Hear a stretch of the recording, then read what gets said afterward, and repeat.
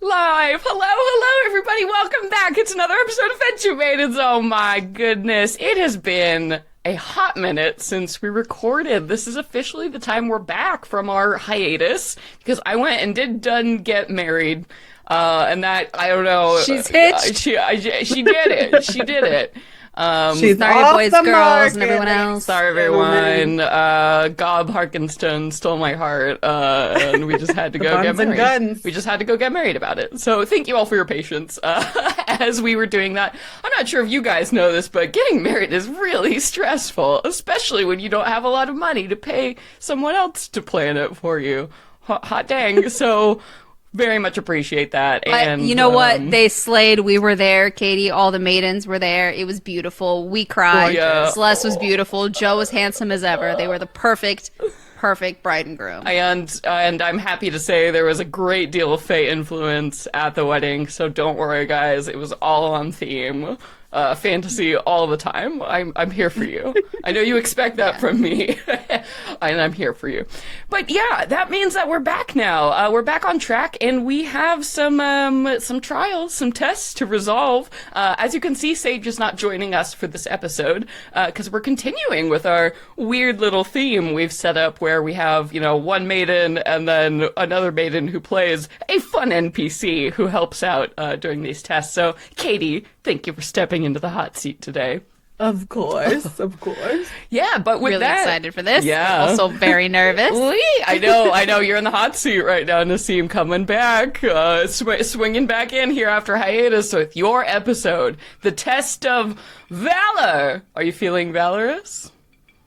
Oh yeah, with my little Negroni at my side, I think good. I can handle it. Well, don't worry, you have Rook to help you, who's obviously always been really helpful, and super nice about it. So that's good.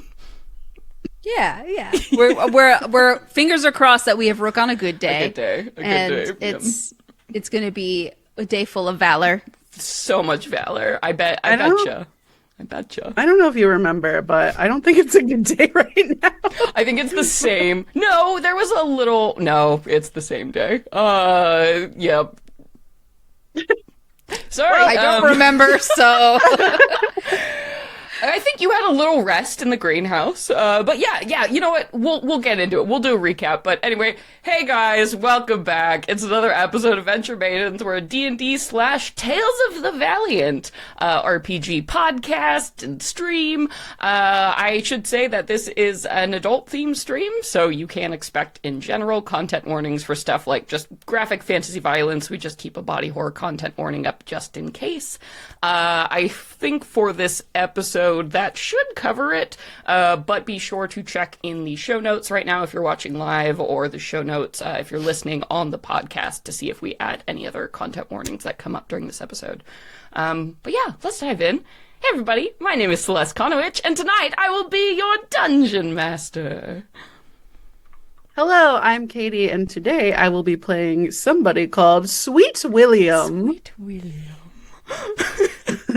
You ready, Nassim? I see you're ready. I really like that title. Yeah. I'm Nassim, and I'm playing your half-orc fighter, Toni Silvertail, and baby budding druid. Yes.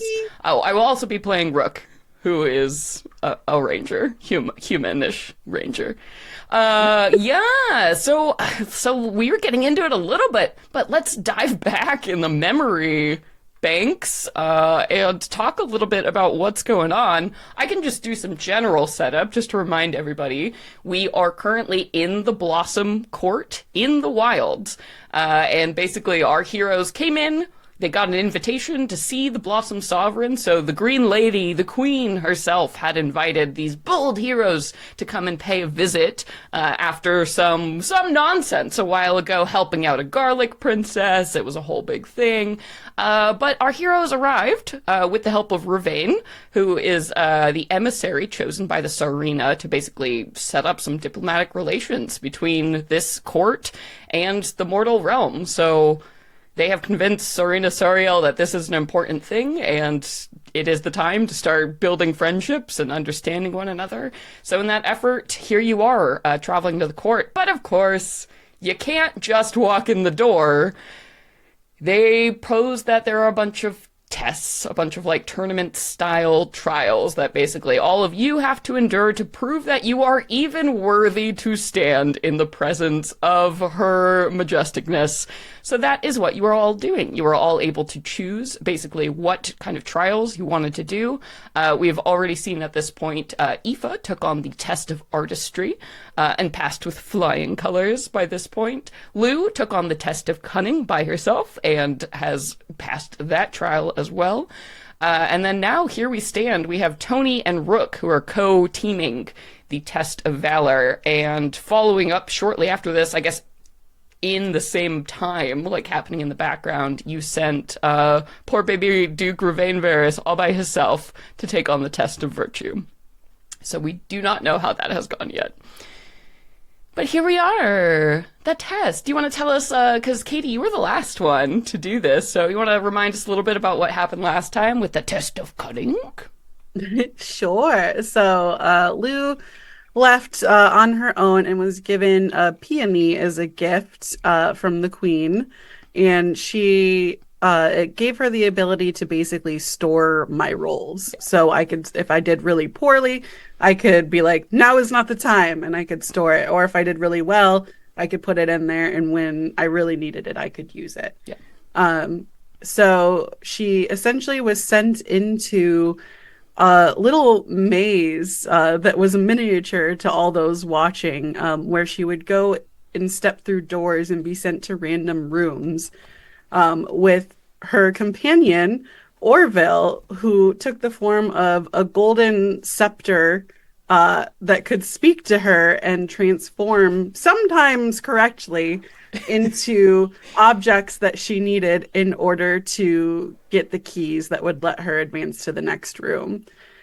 So she was able to go through all those rooms, and with the help of her flower, was successful on all accounts, and finally make her way out with Orville, who, once they were released from this sort of maze, turned back into who he had been originally before he failed the trials, which was a giant chicken Aarakocra. And he is going on with us to another challenge? Yes. So yeah, Toni doesn't know this, but Lou knows this. Apparently, after completing these challenges, someone has been like, oh wow, congrats on this. You'll be so ready for your final challenge. You can go ahead and move on to that. And that was a nasty surprise. So don't worry, kids. There's still one more after all of this. But it does seem like it's a group thing, so that's maybe nice. Or, you know, whoever Easy work. survives. We got it. Us as a group is done. It's done. We got this. Check it off the list already. We got it. Why even bother? Good. Yeah. And you crushed it, man. It was good stuff. It was good stuff. So Lou and our sweet chicken baby Orville came out the other side. We also have a running bet, everyone, that Orville and Cooper are gonna fall in love. Like, that's just the goss on the street.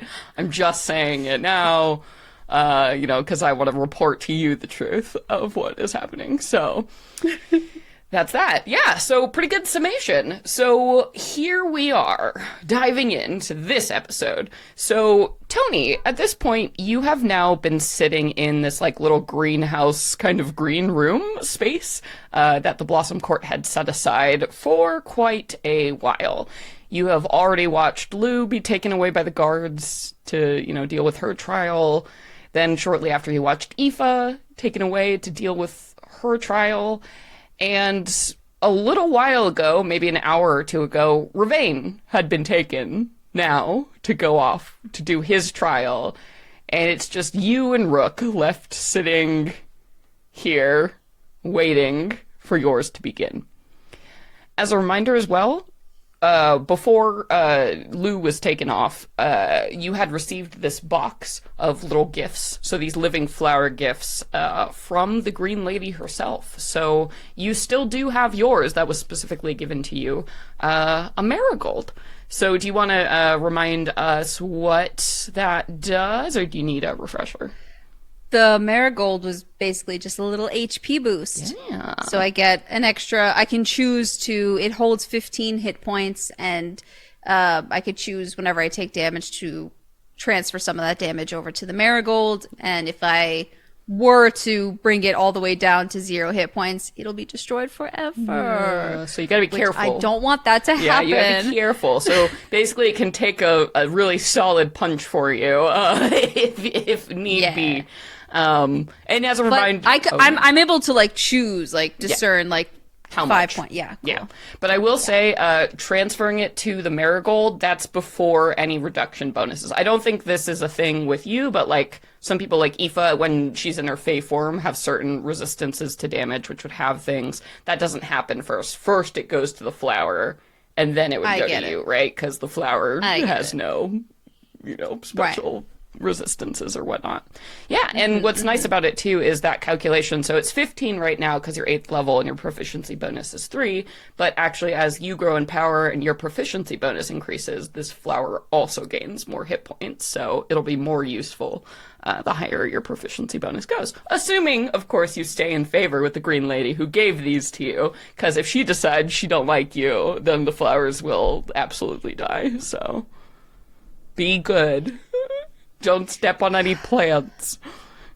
Listen, I'm already so nervous. More I'm the last one. Tony's just been stewing in this room like, why not us? Do this at the same time? Why not us? I gotta sit here for 6 hours? Yeah. Okay. All right. Fine. Yeah, and Rook, you're pacing back, and maybe Rook was a little agitated before, but at this point, she's done. Nobody has come for hours, so she's, asleep with a hat on her face on, the little Shea lounges that they've set up around for you. When finally, you hear, as the door opens, and you see these these flower-headed guards who have been coming in and out of here. Finally, they stick their face in the door and go, "Your trial is ready. Come with us." Well, hallelujah. And then Tony will walk over and give a little leg nudge gently to Rook. Who bolts right up. All right. What? It has 2 knives in her hand. What?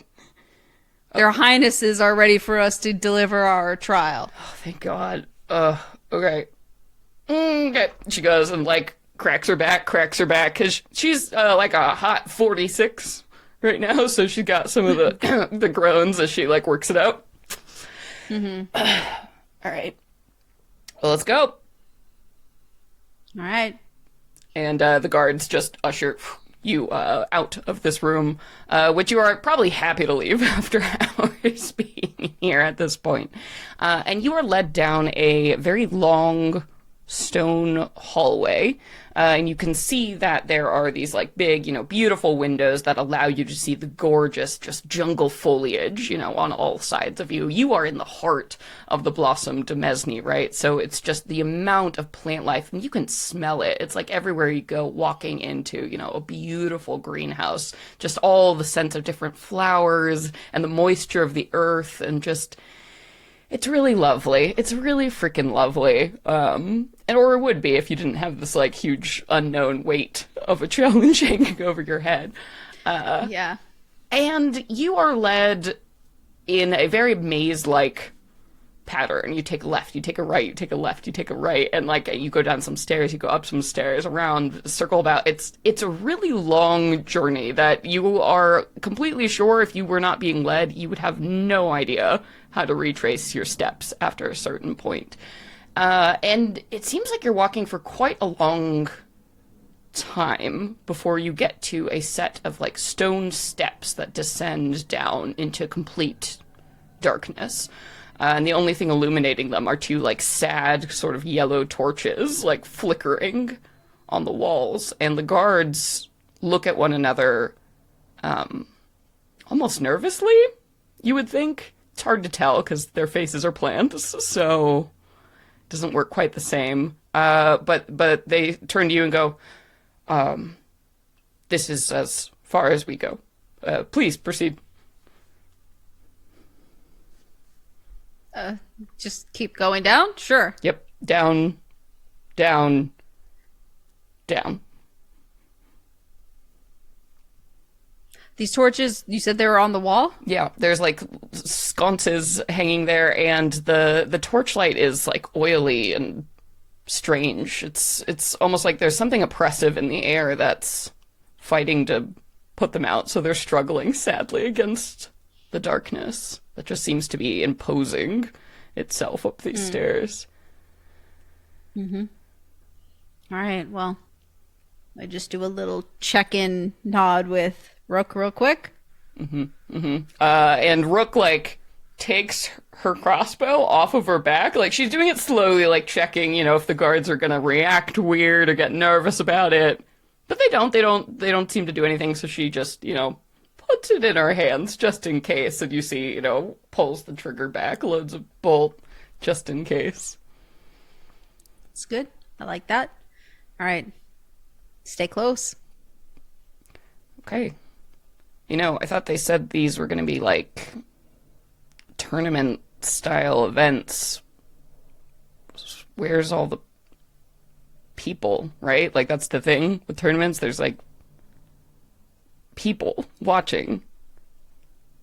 Yeah, I don't know how they would accomplish that down here, but I'm not going to ask any more questions. We've already waited long enough. Sure. Yeah. I'm And ready she's to saying this get while this. she's, like, stepping down with you, like, down the stairs. So you're moving. Oh, yeah. We're walking. Yeah, We're walking. you're walking, you're going. Yeah. And true to their word, like, you follow these long, steep steps down for quite a while and come to a landing that leads you, you can see there's, like, a hallway that goes off to the left and a hallway to the right, and it is complete darkness inside there. You think probably magical darkness, just on the way, like, light does not pass through whatever these archways are, and you can tell that the temperature here is getting very cold as you're going, like, unnaturally cold. It's kind of seeping in, and those torches that are lining the walls are burning lower and lower. And then there's yet another set of stairs leading down. Well, I guess we keep going down. Yeah, I guess they did say down 3 times. Yeah. Sort of ominously. Does it feel, I mean, I'm sure even with dark vision, you can sense it getting darker. Yeah. But, Yeah. well, yeah, I guess that's, It's odd. Light here is clearly, you have dark vision, yeah?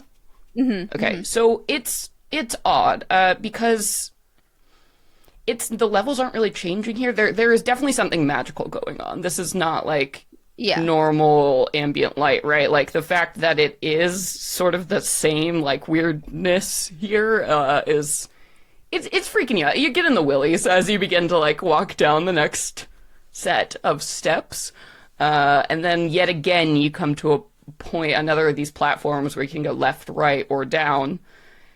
So continuing the instructions to keep stepping down.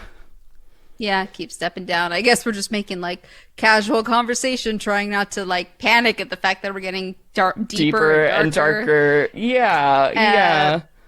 Rook, like, how do we know this is a real trial and we're not going to get trapped here?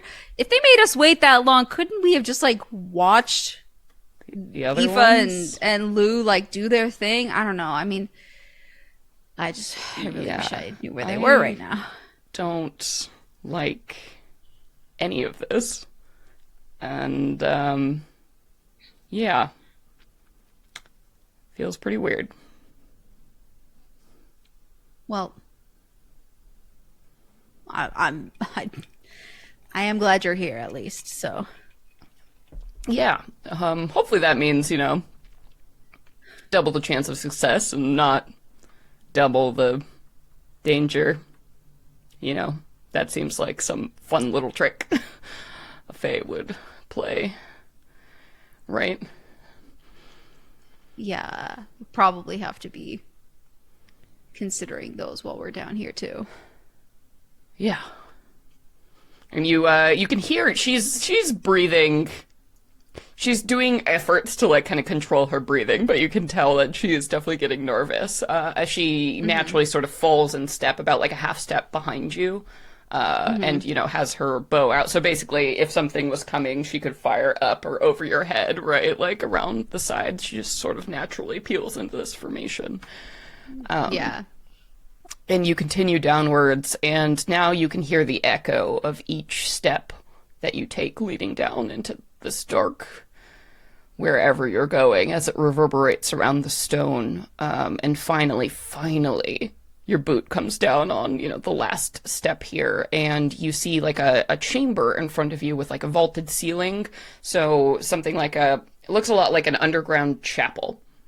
Honestly, if you had to look at it, there are some of these like dusty pews and an altar of some kind that it's been like cleared of any ornamentation or anything that might indicate whatever god was worshipped here in this strange place, but it definitely gives you that churchy kind of feeling. And as you take in the room, you see that there is indeed a cloaked figure who is standing at the like end of the room here. And as she turns around, you can see her skin is like the color of pale, like midnight purple. And she's got these like luminous silver eyes that looks at you, and her hair are just these long, like dark, twisted tangles of roots. As she turns and folds her hands inside her long robes, like some kind of weird, like acolyte or priest or something, and she says, "Yes, you two then are here for the test of valor?" We are. Who are you? Who I am is inconsequential. I am merely a representative of Her Majesty, here to set you on the trial and explain what you are here to do.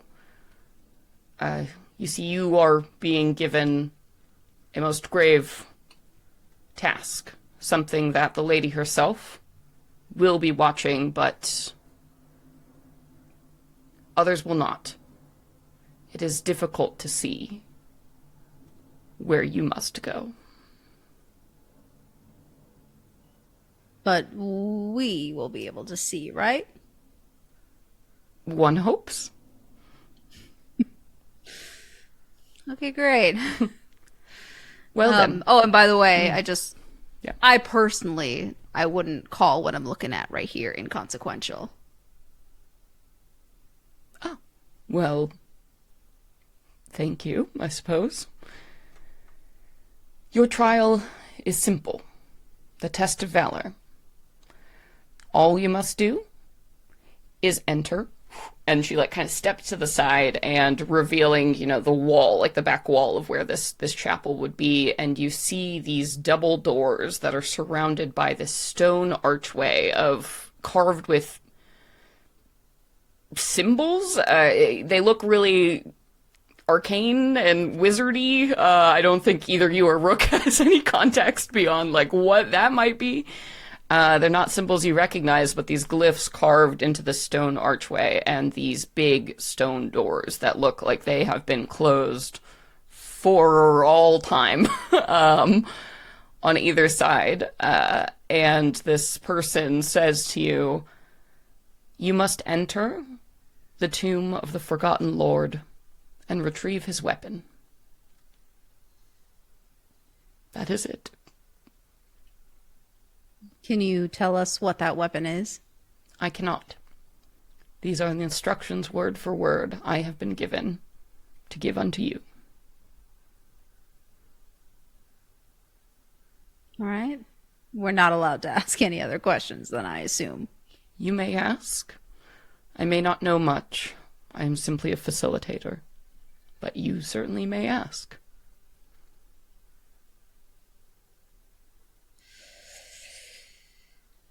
I don't think she's going to answer what I want to ask, so... You could try. What could we expect to find while we look... What else can we expect to find while we look for this weapon? Well, I have never been inside the tomb myself, but I have guided many hopefuls like yourself here to this point, and I have seen some return, but not many. the ones who do, well, it is difficult to get details from them, let us say. But there are certainly monstrous things beyond these gates. Things that should not be taken lightly. Okay. And just one last thing. If I happen to not come out of here, I just want to know if my friends have managed to succeed in their trials. I am not privy to that information. Okay. I guess that's everything I got. Good luck.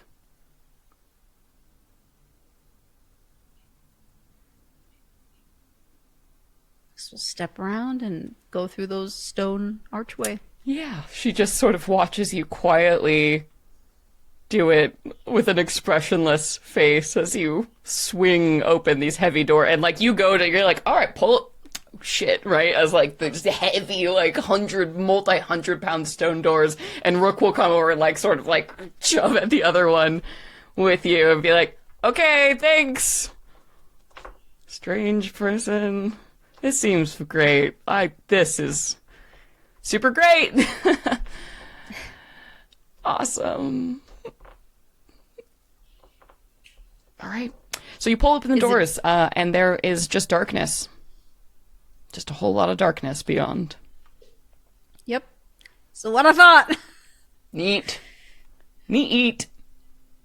And the facilitator, you guess, will be like, close the doors behind you once you enter. Yes, ma'am. So, if you do what she asks, step inside into complete and total, absolutely magical darkness that your vision cannot penetrate. Yep.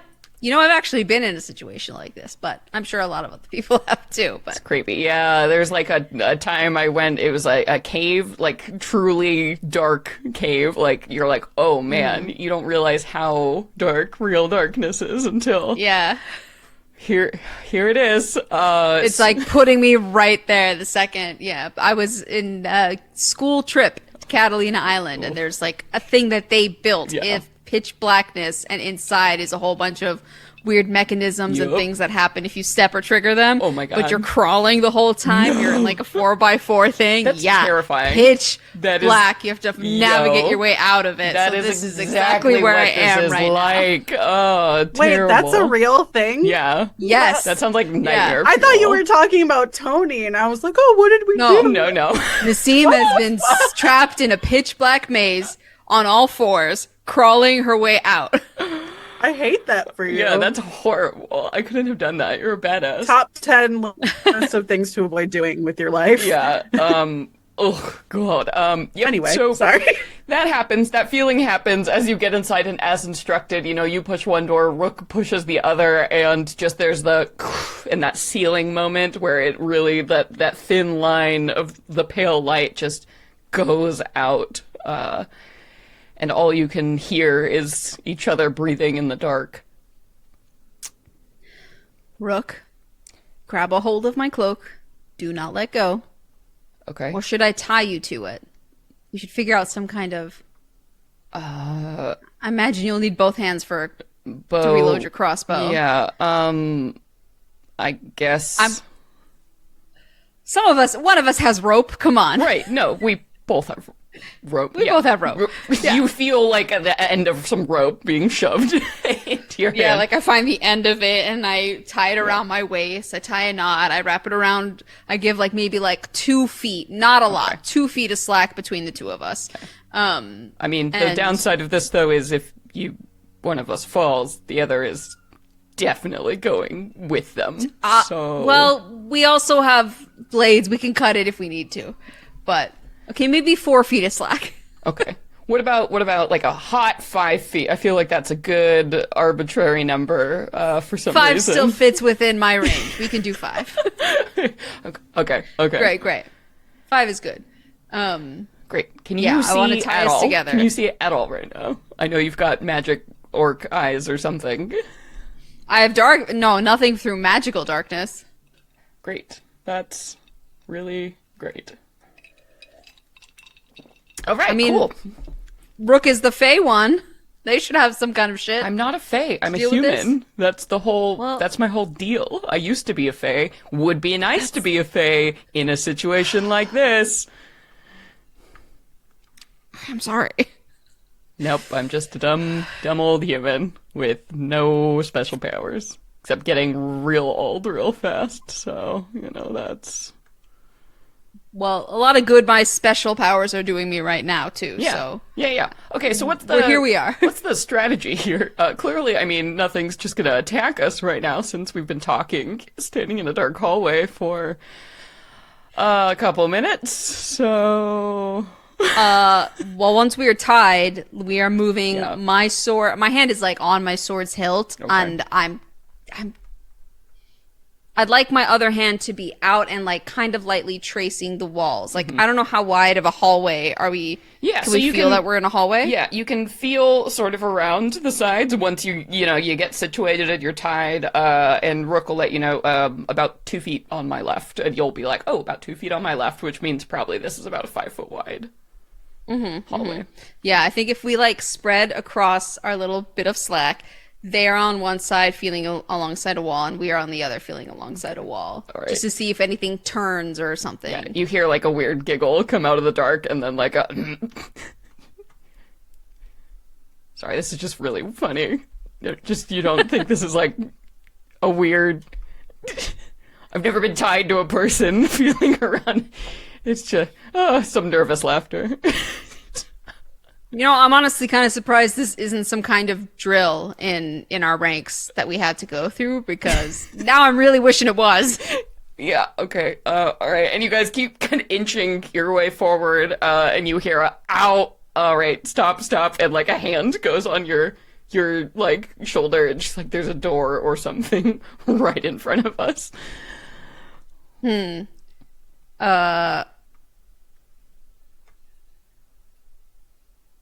you wiggle the doorknob, see if it's unlocked? Yeah, and you hear just that fiddling with like a heavy, it sounds like an iron knocker hitting something. And then she kind of pulls. She's like, I think it'll just open. Well, go for it. What else do we have going on for? I doubt it's trapped, so. Right. Okay. And she, and pulls this open.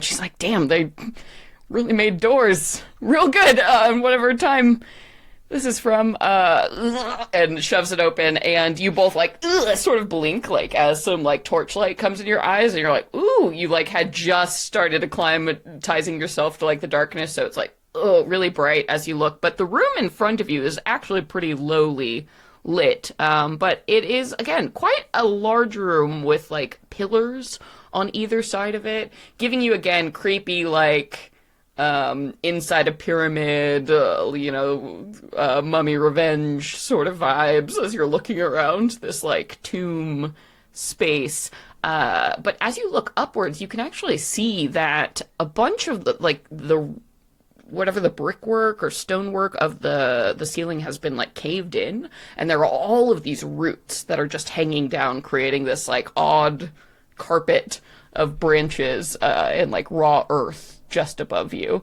And as you open up the doors, there's like a tumble of dirt that comes down from one place, and I think there's a moment where you both freeze and you're like, okay, it's fine. It doesn't seem like the most stable thing in the world, but it holds for now.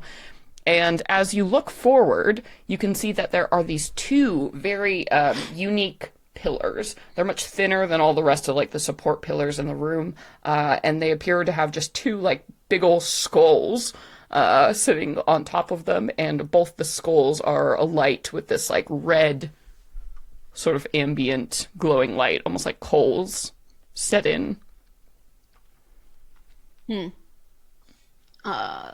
Let's do a quick sweep of the room, see if we can find any hints, helping clues, or weapons.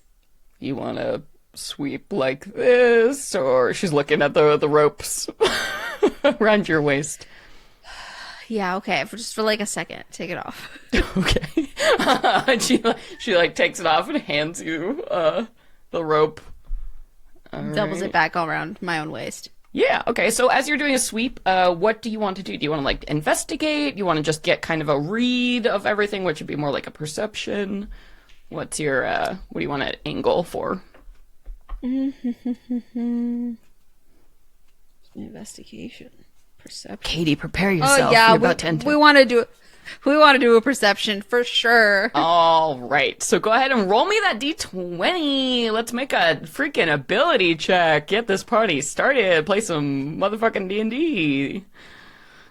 15. Okay, a 15. Pretty good. As you are looking around the space, you are fine. For a while, you're like, okay, all you can really hear is like Rook kind of, she's like tapping stuff on the walls, doing whatever Rook nonsense she's doing over there. And so the echoes of that are really all you're hearing, and your own footsteps for a while, and the occasional like rustle, of some silt falling down from the ceiling.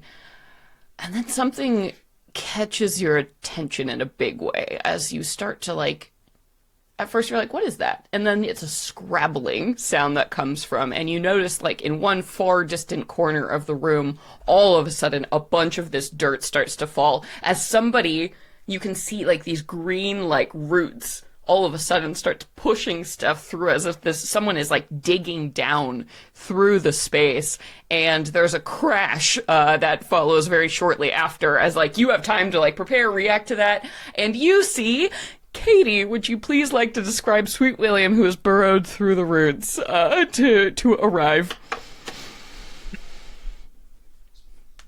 Yeah, so Sweet William glides down. Thank you, Nassim, in real life, pulling a knife out. Oh my god.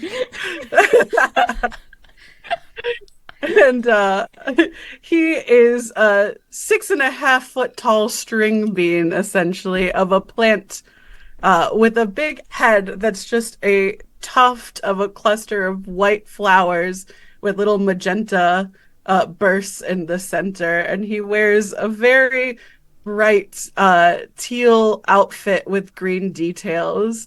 And as he lands, he says, "Well met, mortals. Fear no longer. It is I, Sweet William, here to save you at the behest of Sir Dandelion." Sir Dandelion, my prince, my king, my roadside love, my roadside fling. One and the same, that Dandelion. Oh my god. Immediately disarmed, Toni is like, "Oh my, Sweet William." With the It is I. sorry, just Lou, or sorry, whoops, Katie. Sweet William, just give me a hot perception check, just like real quick, as this is happening, as you're making your grand entrance. Natural 20, bitch. Oh, okay, all right. So you absolutely can tell when Rook just like disappeared into the shadows the minute this is happening, and so you feel a strange human like trying to come up around you, like, and bring a knife definitely up to like where your throat is. So, Sweet William, how do you want to deal with that? You don't have to roll or do anything, but you can be as awesome or weird as you want in this moment. There's definitely a human who thinks she's so fucking sneaky, like, coming up behind you right now. He just brings up a leaf straight to the front of her face and says, "Madam, behave yourself." She kind of stumbles back. She's like, what the hell? Okay. "We're cool," as the mortals say. Yeah, Rook will look at Toni. Nassim, can you hear us? Okay, we can wait. Sorry. But if Rook looks at Toni like, "Are we cool?" I don't understand what's happening. Sorry. Yeah, I mean, I don't know this thing, but I do know Prince Dandelion. Was it Prince Dandelion? No, he was like, he was definitely like a bandit, like an absolute bandit. Sir Prince Lee, of course, yeah. but Lord Dandelion. maybe to my own heart. Okay, so Rook is like, yeah, we're cool, and she like flicks her knife back and like puts it away and sort of scoots over towards you, Toni. How did you... I do apologize that we hadn't met before, but I was on vacation, if you would believe it. So Dandelion has just the most impeccable PTO plan. I was resting. Well, I'm happy for you. And good for both of you. Amazing that you. How did you find us? Oh, well, I just followed the orders. He pointed down and I burrowed. I do as I'm told. Whatever he requires. Well, that's quite impressive. Great. Can you, real quick, are you good in the dark? I assume you dug your way here, but Of course I can see in the dark. Don't be ridiculous. I'm a plant. okay. Fabulous. Okay. Well, I'm certainly happy to have you here. This is my companion, Rook, who will be dealing with these trials along with us. Let's try and stay as close together as we can because we can't really see anything out there. I'm sorry. Wait. Is this like? How did you know? Can we trust you? That Daniel, he was like that criminal guy, right? On the road? Are we talking about the same, that weirdo who was like hitting on you a whole bunch? And you're just okay with this? Oh, yeah. I will request that you refrain from calling Dandelion a weirdo. Well, he literally jumped out of the bushes at us and then tried to rob us and then was... But what stopped him? I don't know. But what stopped him? Weirdly into you, I guess. So Into you. I think we could feel okay about this.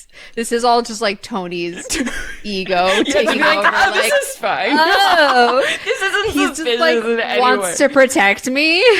So wait. So I just have him wrapped around my finger. Great. So why didn't he come himself? What are you, just like some guy he just sent to? Some guy.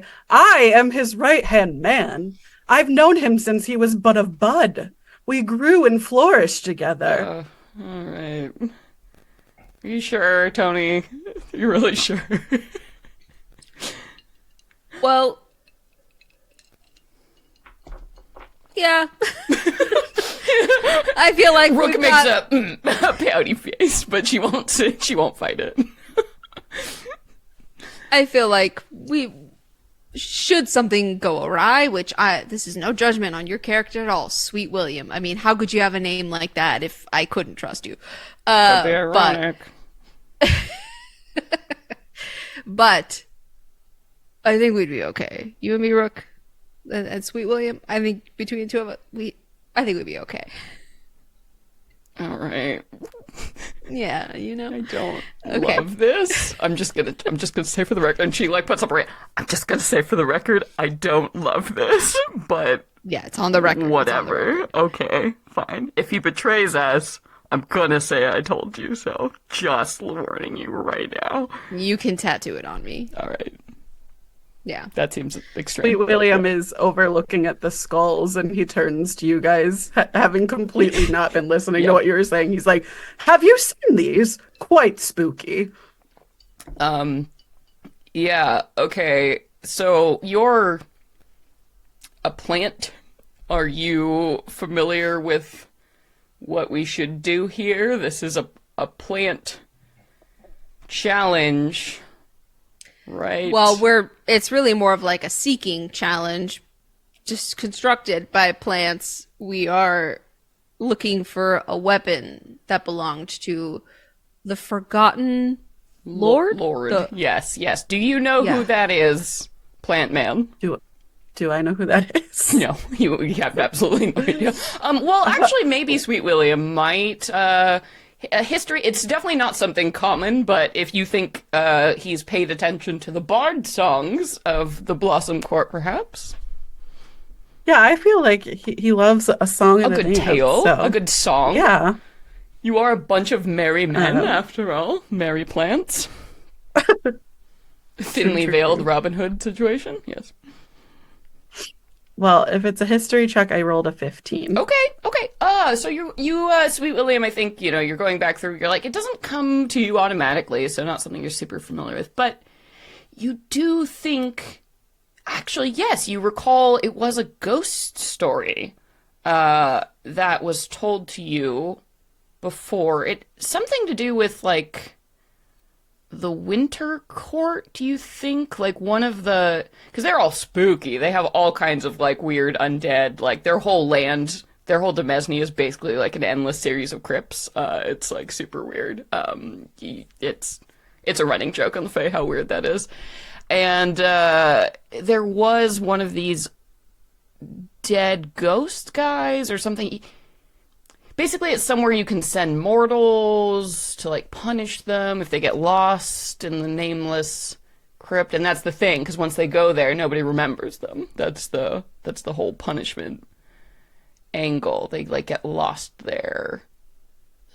Something. Those are kind of like the fragments that are coming to you. It's not like something you've heard a lot. It's just like once or twice, been told around a camp story to scare the little failings.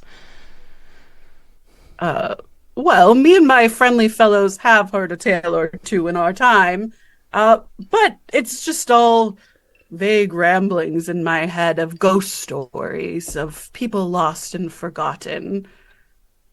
So, that's what we're here for? Yes, and actually before we continue, I would also really love to know where the name Sweet William comes from. Is that your goddess's given name, or is that something you've earned along your time? Or is it ironic? That would be really helpful to know. Roll me a nature check, Toni. All right. It's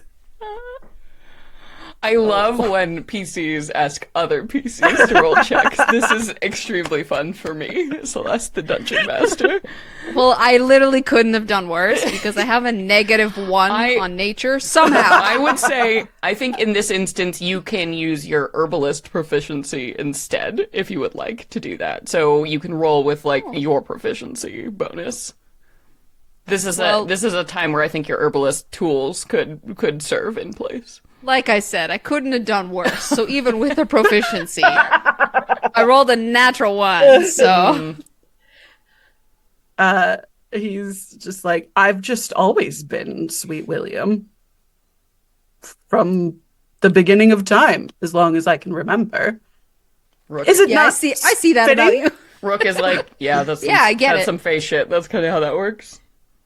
They're just like born fully. Yeah, they just come like that. into being. Yeah. Right. Great. Okay. Well, I guess let's get things going. You see anything while you were in here, Brooke? Oh, no, there's a lot of bones, like, on the edges of just, like, a lot of them. So that's concerning. Haven't really seen, like, a door, but I assume, and she walks forward, like, kind of between, the two columns, and as you're looking at this area, there does appear to be, like, a facade that almost looks like a door. Like, at the front, it's like the raised sort of carving of a door. And she's like, well, I think if we just push and she walks up and kind of touches, she's like tapping at the end. You've seen her do this before. You think it's like looking for secret doors. And as she taps the wall, there's this like flash of blue light that happens. And suddenly all of like the statues in this room and the column works become illuminated with this like red light. And she's like, oh shit. And you hear the clattering of something coming from either side of the room in the dark, and she's like, the bones! And as you look on either side, these skeletons just like amble out from either side here, and you see the skull like on top of the pillars. That flame roars now into like a green, almost like toxic colored light. And I would like everyone to roll some initiative. Here we go. Oh, balls. Oh no, I got a 1. In a temple without a rogue. 4 4 for Sweet William. Oh, Sweet A William. 15 for Toni. Okay, Sweet William 4. Okay. Toni, 15, you said? Yes. Okay. All right. How do I fight again? Oh my god. Do good.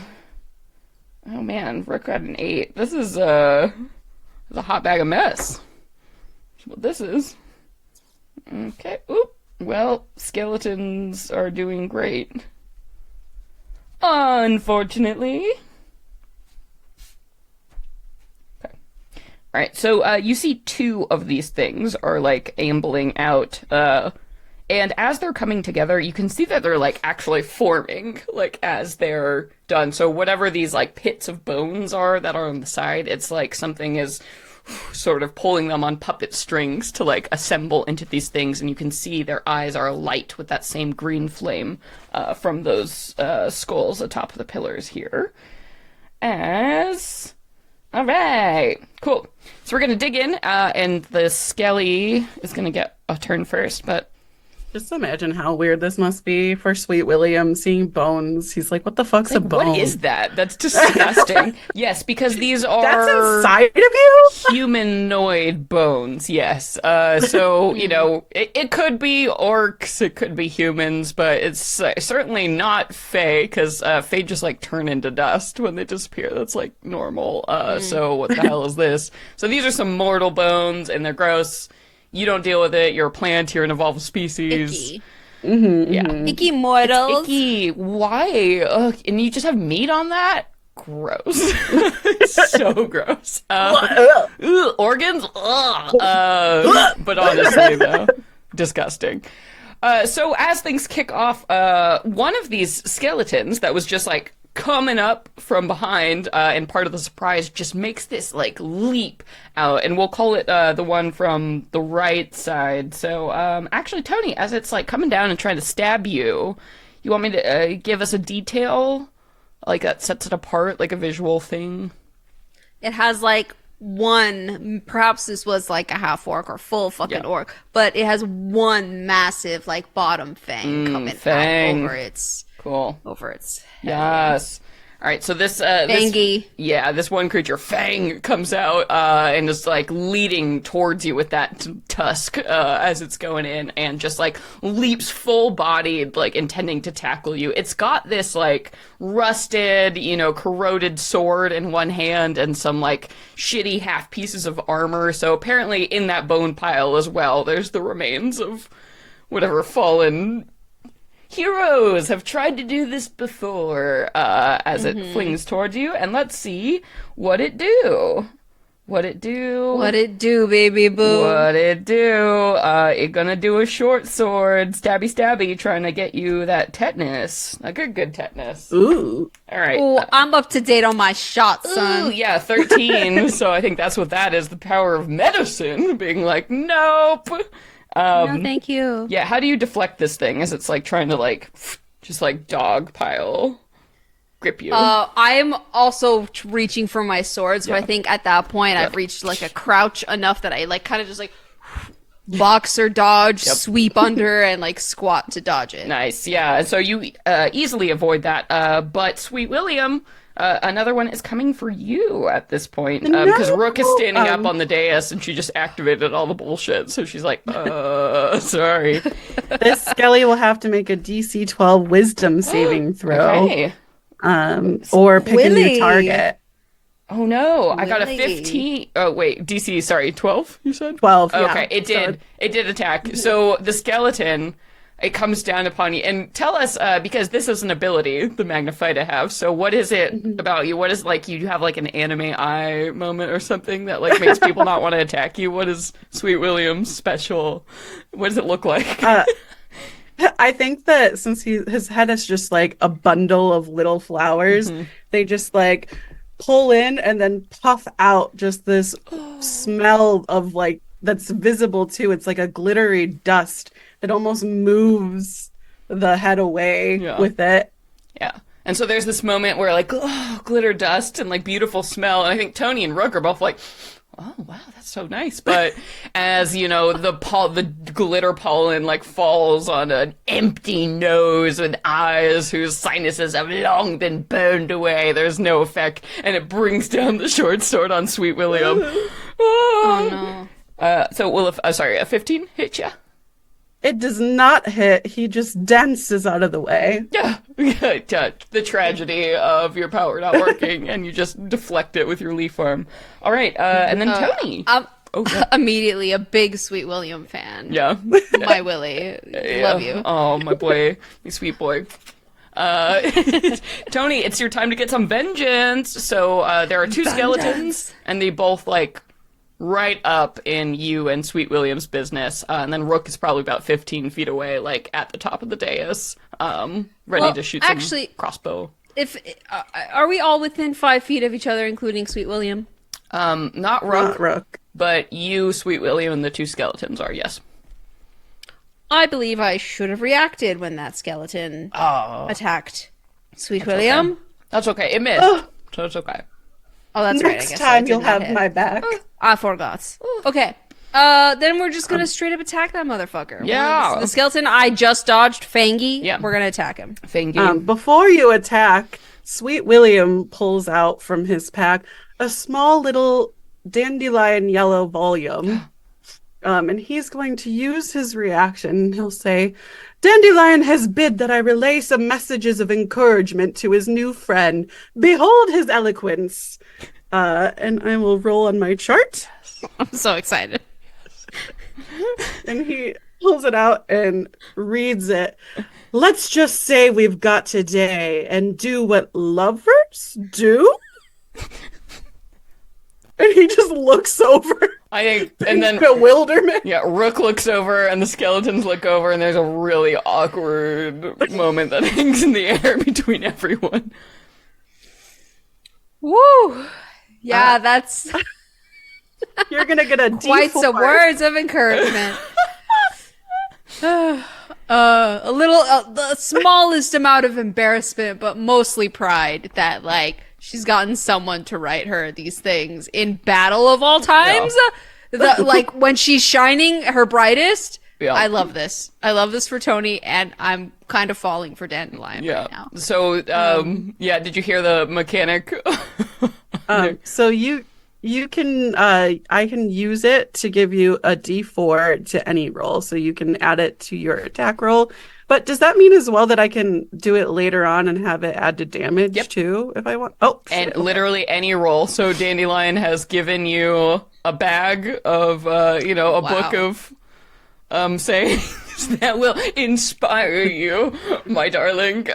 So let me tell you, I'm inspired. Yeah. So it works for saves, it works for damage, it works for ability checks outside of combat, it works for attack rolls. Much, I'm sure. You should see this chart that I've been gifted. Yeah. Thank you. My husband Joe has put together a bitchin' list of Dandelion sayings. No wonder you got married. Damn. Please don't feel that way after reading all of them. That one was pretty innocuous. We'll see. Oh, I can't wait for more of them. Katie has a beautiful struggle random on table. purpose. I just need some more inspiration, please. God. Sweet William. All right, so roll your attack roll, and then you also get to add that D4. So roll it with that to add to the total. Oh, I'm rolling it. Katie's not rolling it? Oh, okay. No, you can just keep a D4 handy. Ooh, that was a 19 to hit plus 7. So Damn. I think we're hitting 26. Yeah. Yes, a skeleton boy. Yes, this is some basic level adventure bullshit. Both our hands are on that fucking blade. Ooh, okay. Ooh, and we rolled a... Are you sure you want to do that? Because you will have to wield your longsword one-handed with your shield out if you want to use your bonus action to protect your allies. Oh, my shield gotta be out to do my reaction? Yes. I guess you're right. Yeah. When she's right, she's right. Was she right? She's the right. DM. That's a... Oh, you know what? That was still a solid roll. Okay. Well, I've rolled a 7, and it's been so long since we played. Do I add anything to the roll? Yes. For your attack roll? Yes. Oh, yeah. No, for the damage roll. I've already did my attack. Oh, yeah. You're gonna add your strength. Strength modifier. Guys, I played D&D for a long time. Yeah.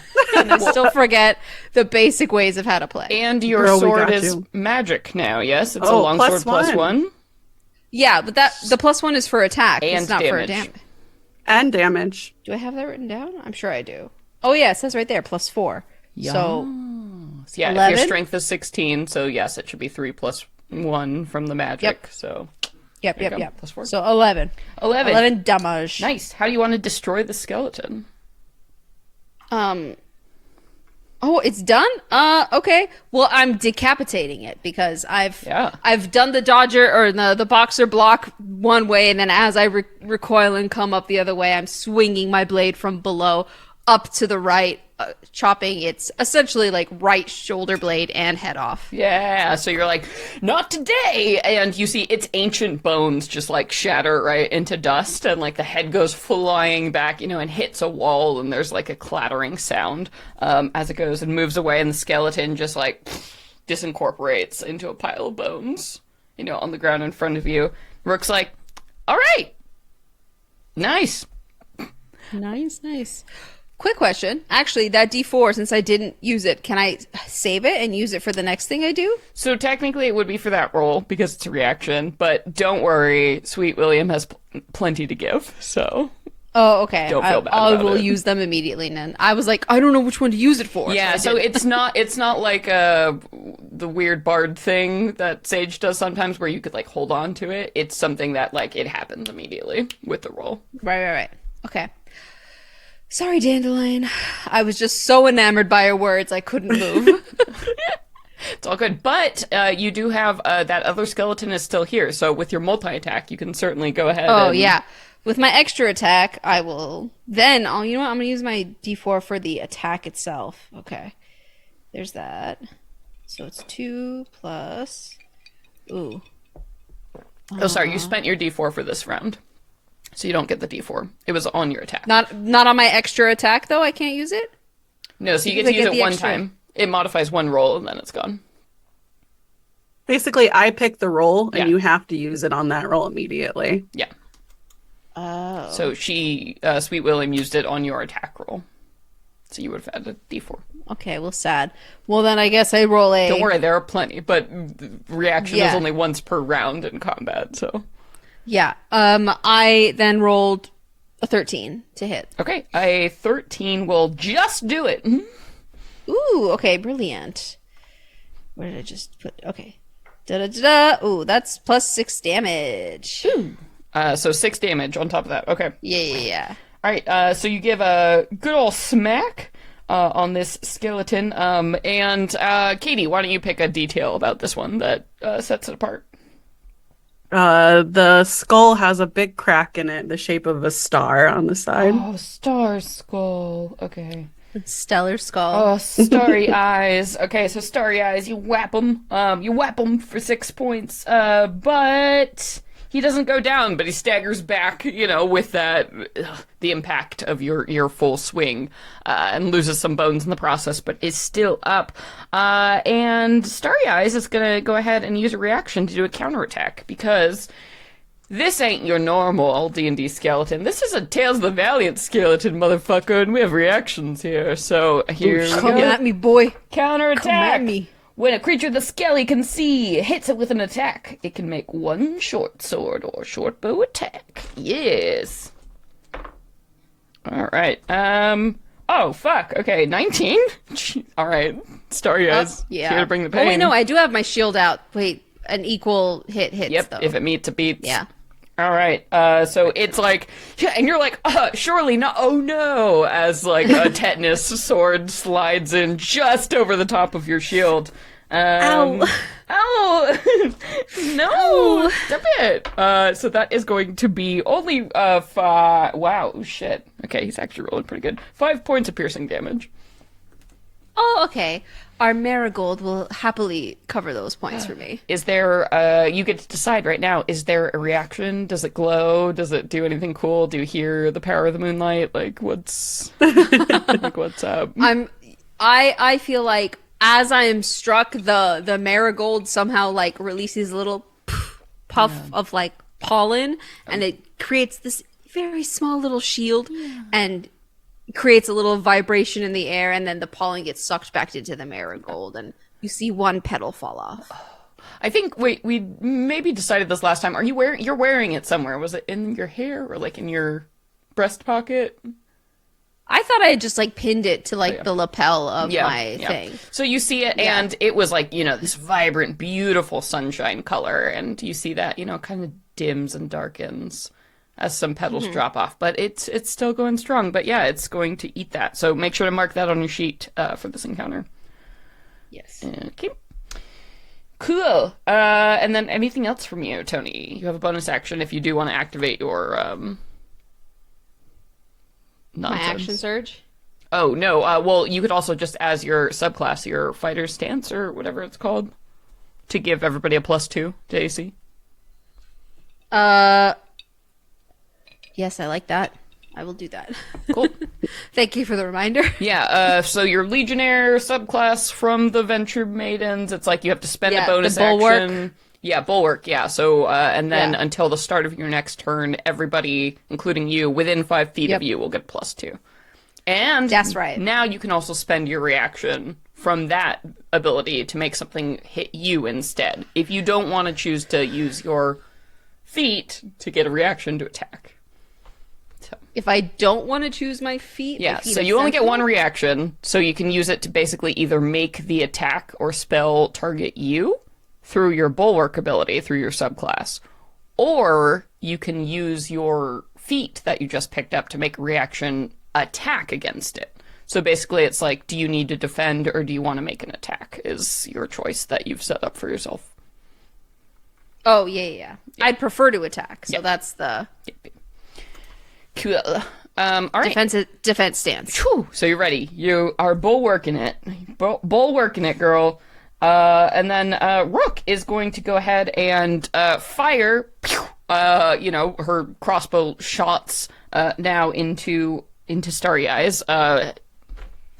Oh my god, she's got like a +18 to hit with a bow, so yeah, she's fine.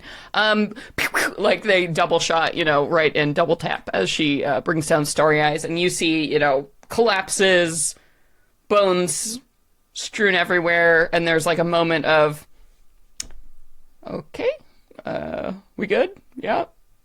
Nobody else is coming, nobody else is coming. And then the skulls on top of those two pillars flare again with that green light, and you see as like these two skeletons reanimate exactly in place as they reassemble.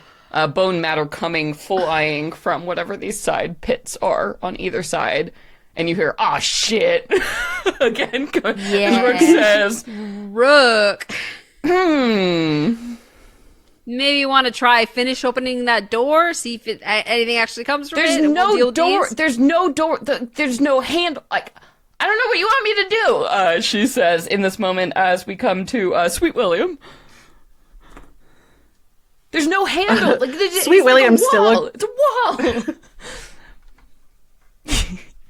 wall. Sweet William is looking as startled as a flower can look as he tucks the notebook into his chest pocket, and he's like, right.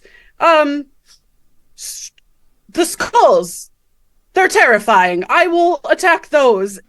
And he will take out a living wood great bow from his back and string up an arrow and shoot at the eyeball of one of the skulls. Okay, cool. That have the green eyes. Have disadvantage because an enemy is active within 5 feet of you.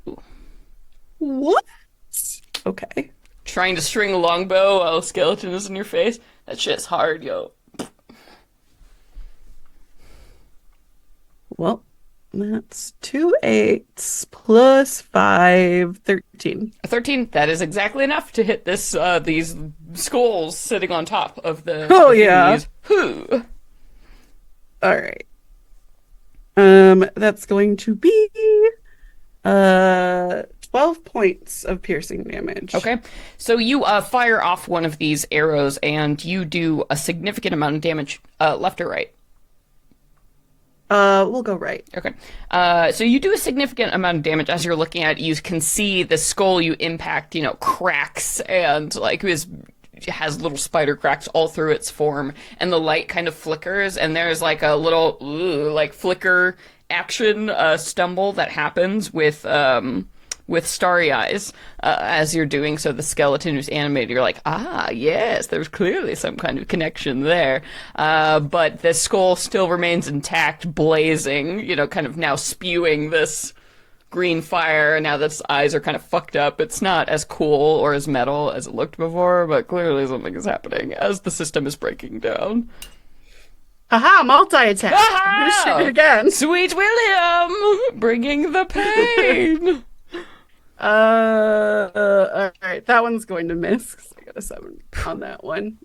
So he goes and he knocks his elbow, as it were, into the mouth of this other one, and just like recoils back. Is like, oh God! And these are inside of you. All of this. Yep, right in there. Well, you pulled that bow out of you. That's kind of gross. What are you talking about? That's normal. You don't do that? Where do you keep yours? Oh, God. Is that it for you, Sweet William? Yeah, he will just pull his elbow out and kind of not move, but like put his hands up defensively in front of him. I'm sweet. Yes, which will bring us back up to the top. So, Fang, newly animated. He looks a little tougher. Like, maybe he pulled some bigger guy bones, back onto himself this time. So he's like, ready to go as he brings it down. And this time, he's targeting Sweet William. So he's going to have to make that wisdom save again, yes? DC 12. Okay. No, he is repelled. He's like, as you go, and Sweet William, what does it look like as he's turned away? He just can't even. You're so beautiful. Yeah, You're so anime. He can't. Yeah, it just puffs out at him, and then this new buff scaly boy is covered in glitter, and the burst is so forceful that he has to swing out in another direction. Yeah, so he can't think, has to turn away from your beauty. Sweet William is repelling him with his goodness. He can't hit him. He can't hit him. Oh, just want to remind everyone, the Magnifier are a creature that you can get in the Venture Maidens campaign guide, which is now, I think, entirely fulfilled for a Kickstarter audience. So soon, PDF sales will be available on our website. Look out for that. Hee If you love Sweet William, you can get him. Get that boy. Collect them all. I do. I love him. Collect them all. So turns away. Fang cannot do anything. But Toni, we come to you. Oh, he can do something. He just has to pick another target. Oh, okay. So he and carries the sword and tries to smack into Toni. With that, though, shit, I forgot what the roll was. I'll just re-roll it. Oh no, I threw it into the void. I hate that. Oh no, I rolled so good. I know this was better than the last one, but whatever. It's room 1. Deal with it. That'll be 21. Toni? Oh, well, fuck, yeah. Tetanus sword, round 2. Oh boy, got the little Venture Maidens logo, so that's a hot 6. You can't see it, Pins of Fate. Whatever. That's gonna be 7 points of piercing damage. Oof. All right, my sweet little marigold lets out another little puff of pollen that shields and absorbs that little blow, and it wilts a little bit more, loses a few leaves more it with just 1 point, right? It looks very sad. A marigold that is not dead, but has not been watered in a couple of weeks, as it's wilting sadly, and you can see it. See right there. So, yep. So that was that. And then, Toni, time for some vengeance. Tony's getting a little impatient. Yep.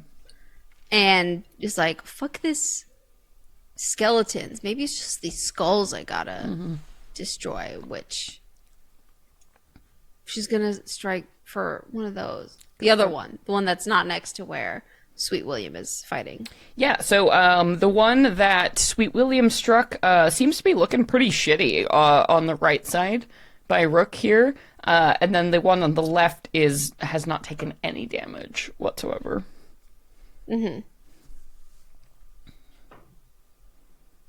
Oh, that's 25 to hit? Yes. And you're hitting the one on the left, right? The undamaged one. Mm-hmm. Okay. Mm-hmm. Sweet William is going to once again take out Yes. this notebook, Yes. and he will read a verse from it. Yes. 4. If this place is a meat market, you must be the prime rib? What is the nature of your relationship, if you don't mind me asking? Yeah, Rook is like, yeah, what is the nature of your relationship? This random guy sending you just... weird. I'm learning a lot about our relationship right now. But I still feel special. He knows how to make a girl feel special. I'll say that. Okay, and then we're gonna go for our damage.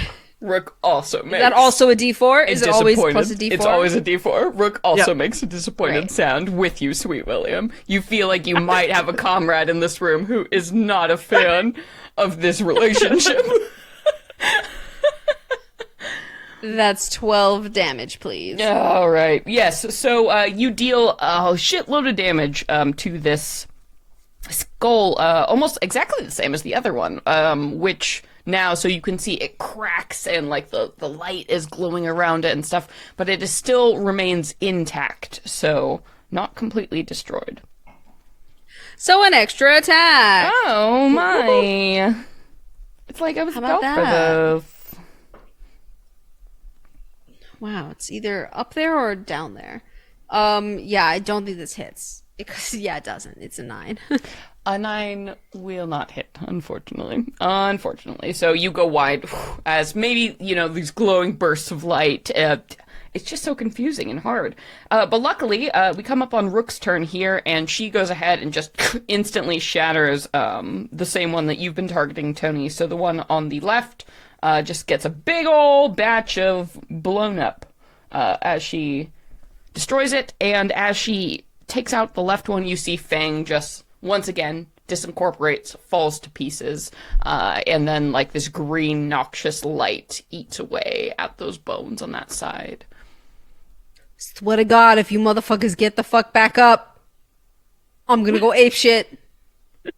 You say that to like the green, like sparkling lights on the ground, and you're like, all right, it doesn't seem to be doing Stay anything. down. You stay down. Swear to God. Swear to God. I'll come for your Swear to families. God. Yeah, no. I feel like I'm back in Chasiana with the family right now. Right now. Yeah, listen. Yes, no, it's down. It does not appear to be coming back up. So something seems to have worked. And then, but it's Starry Eyes' turn, and he's got to get some Vengie. And is going to turn on, gonna try for Sweet William. We'll see. Because he killed him. Me? Sweet William.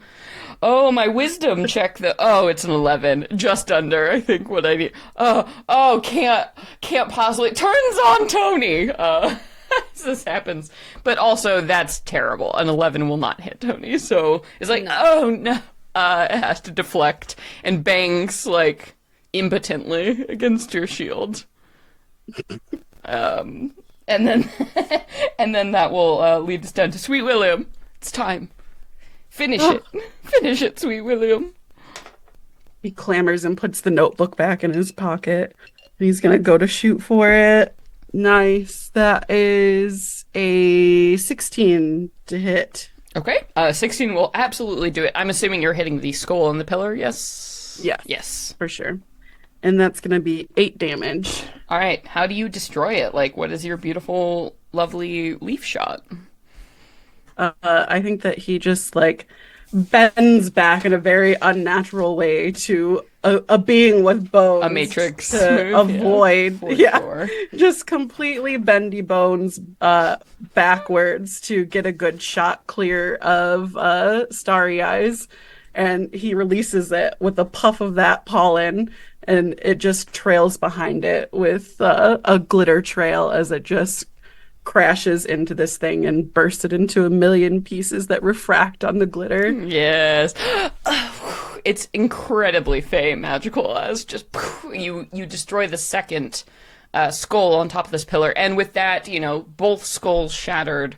Of course, the skeletons just fall apart and cease to attack you, and that door, that outline that Rook had been kind of pointing out, seems to, reality shifts a little bit, and there's like a wave in what happens, and it formalizes into a real set of double doors. Allow you to move forward.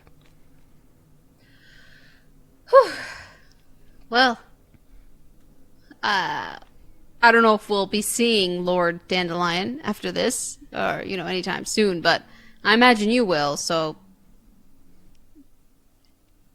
whenever you return, be sure to send my thanks.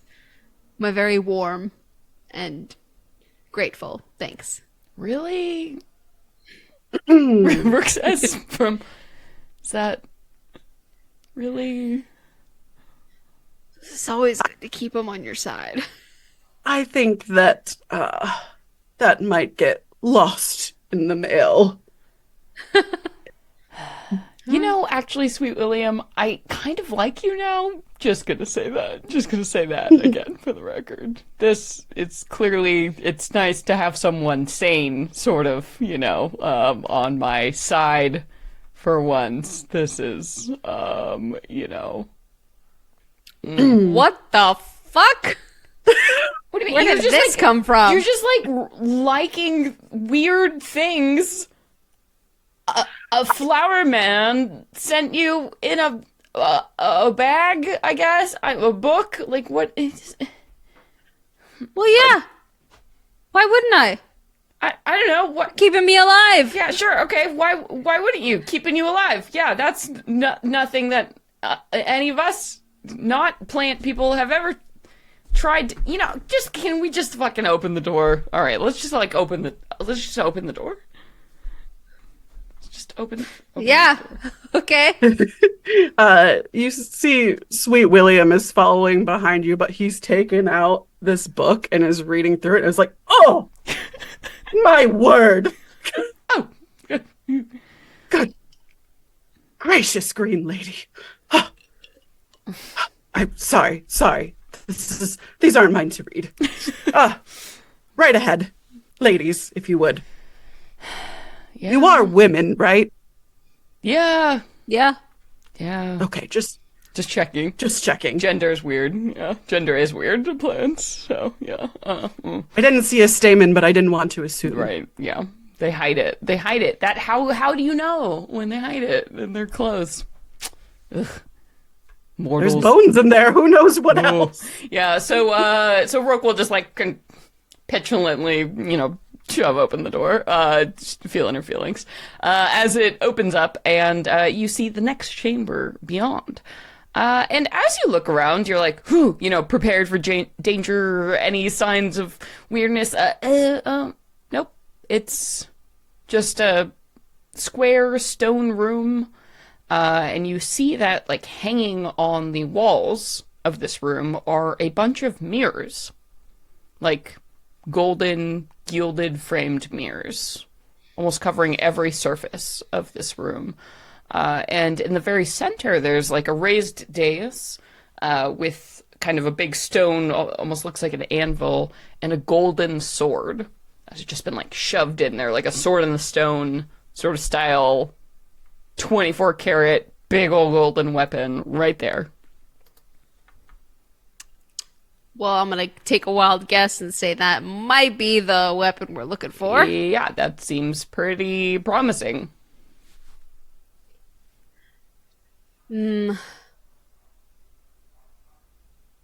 William, would you mind walking on up to that sword and trying to give it a little pull? Oh, you want me to risk my petals on your adventure? After you've been off doing who knows what with Dandelion? Yeah, that doesn't seem super fair, Tony, if I'm just gonna be, like, level with you. Why not ask? Why not ask? I mean, also, Why don't keep in mind, too, this is a fate trial, right? So, like, my whole deal is if this guy just showed up and, like, is this gonna be cheating?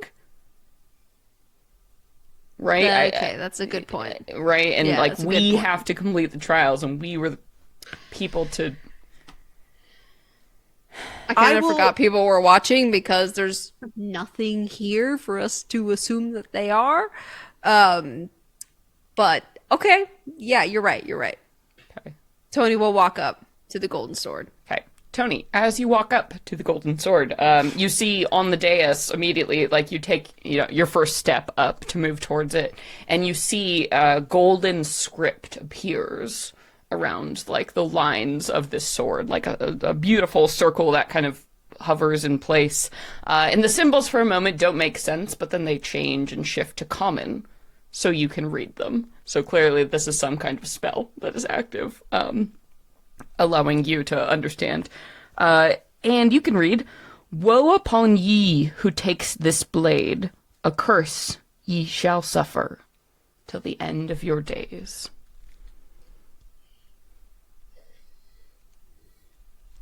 You're not gonna give us anything else? She's proclaiming to the room about what this curse might be.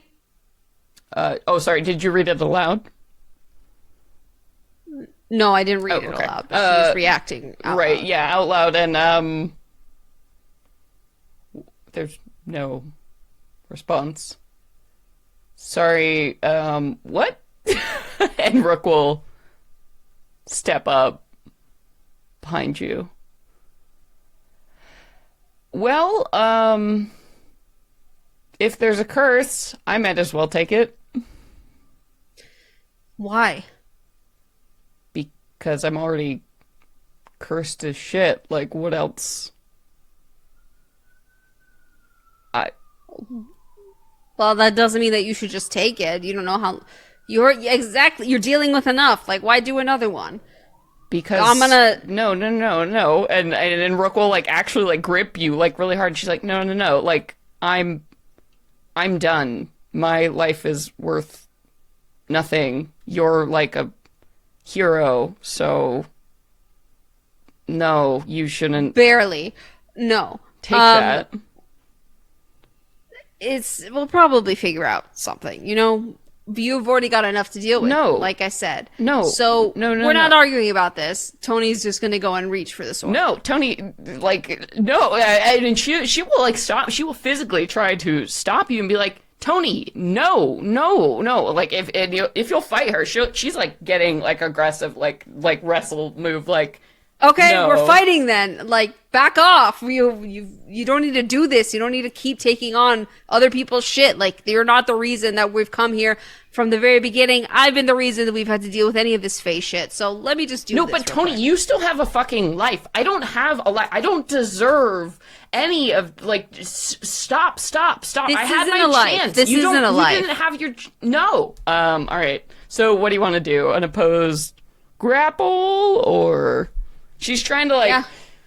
wrestle you away so she can, like, pull out the sword before you. Yep. No, I'm gonna be the one to pull that sword. Okay. Oh, can't- that was a natural 20. I got a natural 20. I can't even fucking lie to you about this. This is ridiculous. I'm gonna take a picture of this. This is so crazy. Okay, me too. Oh my god! No! Okay. Sweet William is looking at himself in the mirror, just kind of He's just like, ignoring the this is drama. great. These two women who just, like, wanna just destroy themselves over me. Oh my We could god, barely that's see so that, weird. but That's it's a natural so 20. weird. Okay. What are the odds, man? That's really weird. Okay.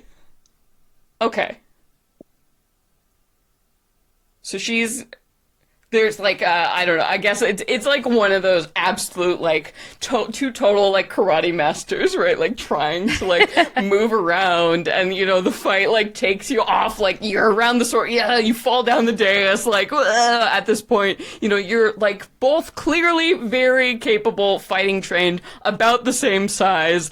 Like, and there's like a moment, you know, where like maybe her hand is on your face, and you're like, you know, got her elbow like in her neck, and you're like.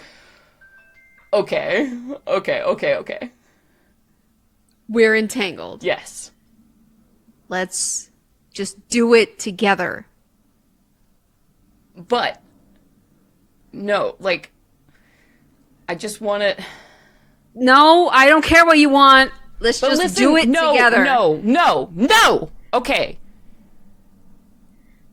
I get it. I'm hard to deal with, and stupid sometimes, and mean. I know, but please,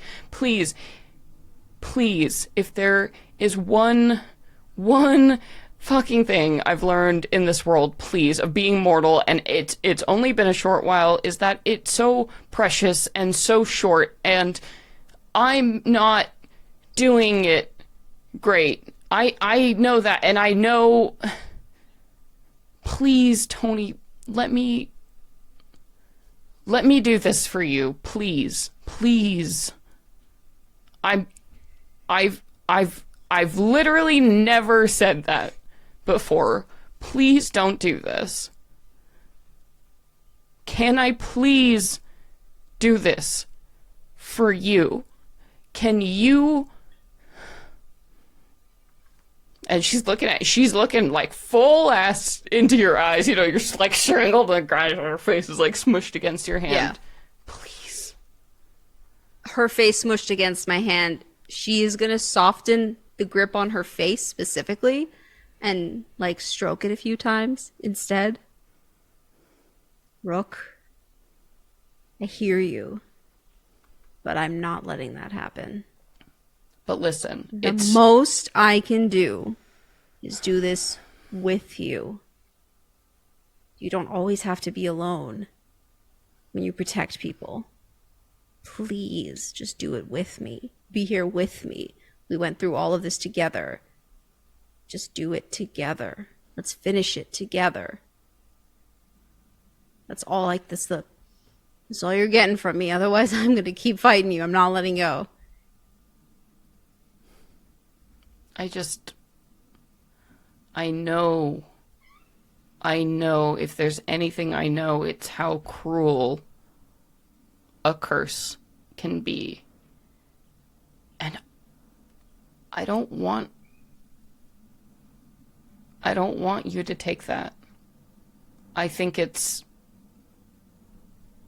illogical to have two people take that or risk it. And Then let go. you have a life, you have friends, you have a family. You know, if I disappeared tomorrow, I think, I don't know, people might be relieved. You have stuff. And I know, hey, and she'll like, she takes your hand and kind of forcefully turns your face. And this is like the most human contact Rook has ever given you. And I know if there's anything you can do, you'll save me from it.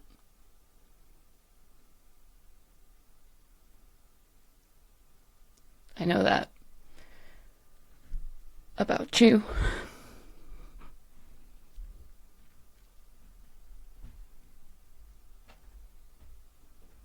My family and my friends and the people who love me have been aware that I've been part of an active, on-duty military and war.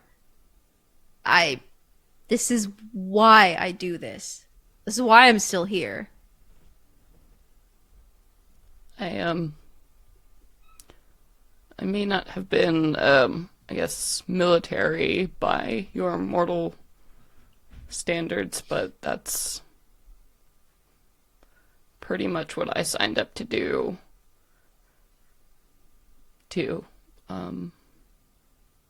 back in the day. My life was never really my own. And I guess I'm starting to realize I don't really know why being mortal ever changed that, or should have.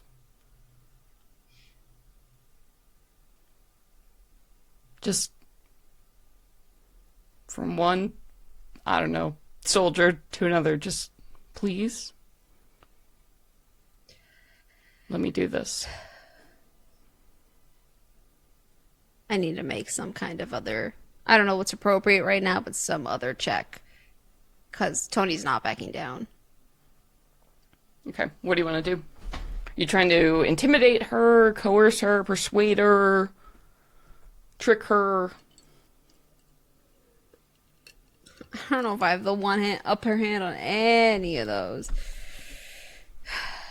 I think, unfortunately, yeah, you're about the same in, like, the charisma department. Is Sweet William saying anything? Because he might have, a weird opinion in favor of Dandelion's wishes or not. Yeah, Sweet William's just been watching this all unfold, and like this weird, like, sapphic drama, like, as they're rolling around on the ground, like, with each other. Yeah. And he just folds his arms and takes a deep breath, and he's like, listen, Toni, it is my express duty to carry on the will of Dandelion, my love. And what was that? Nothing. And it is imperative that you specifically make it out. If you are so thankful to Dandelion, then you must leave here a whole, not accursed being. That just wouldn't do for him. He deserves better. See? Even, this weird guy thinks I'm right. Would you stop calling us weird? Sorry, it's all... whatever. Fine. Even Dandelion, hero of flowers, thinks that... Well, listen, as smooth as Dandelion can be, I don't live by that thing's rules or expectations, so I want to know if I can do an athletics check and just tire Rook out. Okay. Sure. You can certainly Like, try. outlast them. Like, maybe slowly, subtly, I'm putting them in a sleeper hold. Okay. We try that? Sure. Yeah. I will contest you with acrobatics, just letting you know. This sounds like a grapple Okay. to me, which I'm very good at. Ooh. Oh, honey boo. Oh, fuck. I got a 12. I got a 19 on the die. Before my dexterity for my acrobatics is like a +8 as my ranger. So you like soldier Rook, right? You're like, haha, like we're on the ground and I'm on top of you and I'm heavy. I'm wearing literally hundreds of pounds of armor and you're like, oh, and you think, and here's the trick. You think she's falling for it, like, oh man, it's, there's no way. There's no way she's getting out from under you. And she sort of, like, leans her head in at this moment, like, lolling around, right? And kind of presses her forehead against yours for a minute, like she's, about to pass out or something. And then there's a flip in gravity as you're like, ooh, you're, like, thrown against the ground. And she's out and just dashing up, and you see her, reach a hand out and pull this sword out of this, like, golden anvil. And there's clearly something magical happens in the room as, like, this aura moves through, and it's hard to say what it is because there's not like a visual splash. It's not a big spell. It's kind of a whole lot of nothing as she pulls it out and then falls to the ground. Just like completely catatonic with the sword sort of gripped in her hands.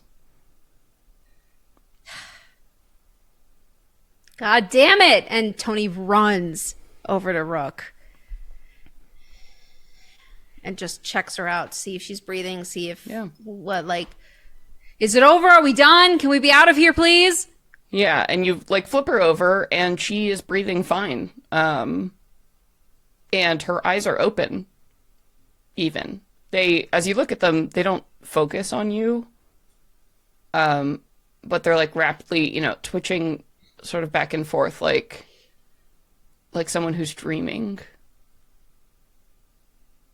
And she continues that steady breath, but otherwise does not respond to you in any way.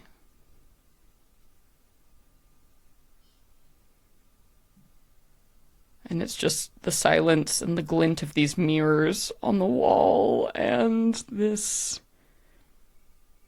golden sword, which honestly now pulled out doesn't look very impressive. Just like kind of gripped in her like loose, limp hand. She picks up the sword, waits a moment to see if anything happens. Give me, as you scan around the room, because you're kind of looking, right, for like anything that's happening, anything to indicate. As you're sort of looking around, there is, again, mirrors all over the walls here. And there is one, like, kind of big, central, golden, gilded framed mirror, like, directly across from, like, where the anvil is on this far wall. And you can see the edges of it are sort of glimmering with this gold sheen. And as you're looking at the surface, it's a little bit cloudy and a little bit strange. And you swear just for a second, you might have just seen Rook reflected in it.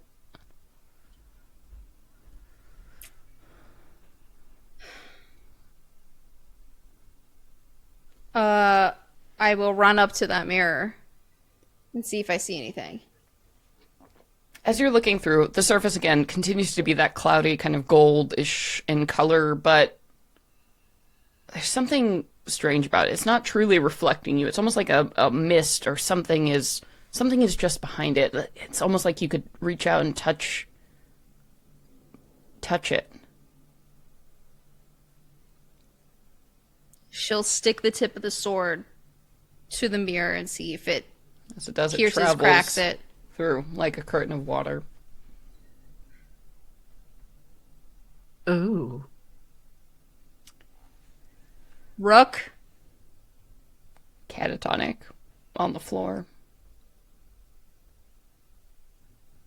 Her body is I will here, go but back. some Yeah, I'm gonna go back. I'm gonna pick up her body and like hoist it over my shoulders, and then walk through that mirror. Are you following, dear Sweet William? Sweet William is probably following me. we're actually going. in Oh, You know, Sweet dear. William, if it persuades you, as you look back, you're like, oh, what are my options here? And you turn around, you're, oh, fuck, that door was gone. The door you came through disappeared and is covered in a mirror wall. So there is no fucking way in or out of this room. No root ceilings. It's all stone here, so... Damn, looks boy, around. you screwed. He takes a deep breath and he's like, Dandelion, I will return to you. And he will walk through. Upon my leaves, yes. So you step through the mirror? Yep. Fucking Rook. What? Little rookie. Does this surprise you at all? No. No. Well, no, I mean, but like that's the thing. Is like Yeah. that's also why I knew we shouldn't be in the thing together because neither one of us wants to back down on anything. I don't know. I feel like I've witnessed a lot of valor so far, which seems to be the theme here. It is indeed the So- theme of this challenge. I think you both chose well for sort of the most valorous people in the party, which is why this all makes a lot of sense. Yep. Yep. Yep. I'm like, that's so crazy. A natural 20 versus natural 20. I'm gonna send it to you after this, but that was fucking lit.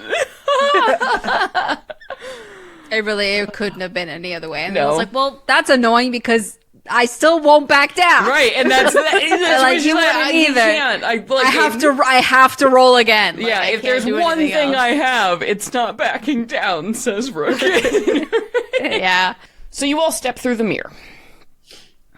And as you do so, the world changes around you in a way, traveling through the wilds has gotten you pretty used to as, the darkness and those sparkles of mist turn into true mist.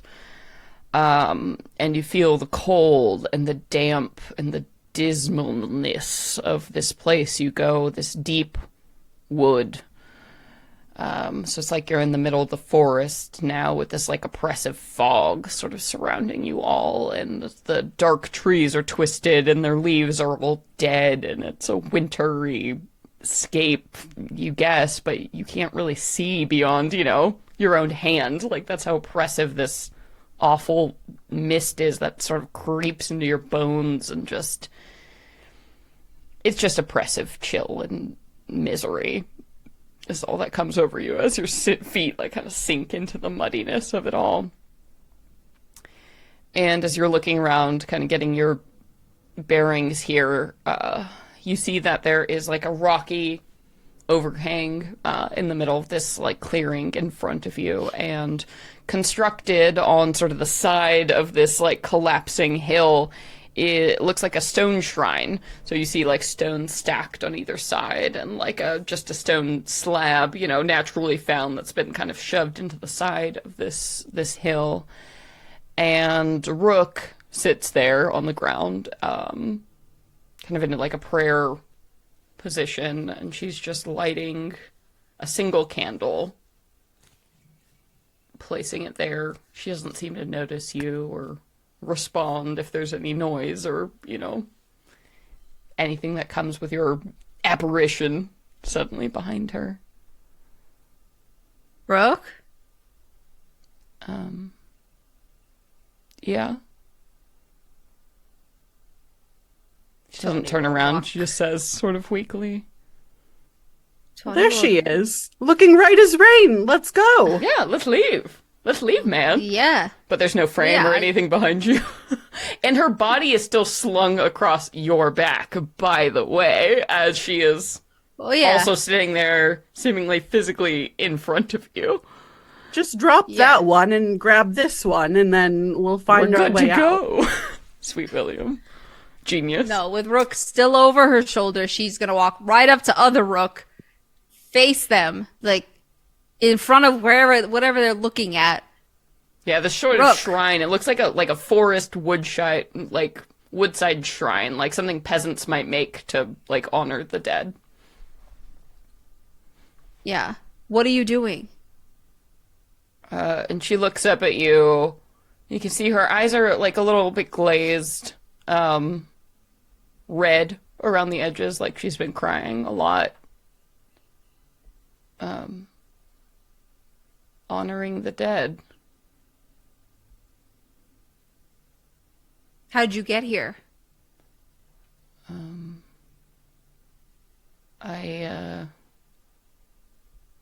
I walked.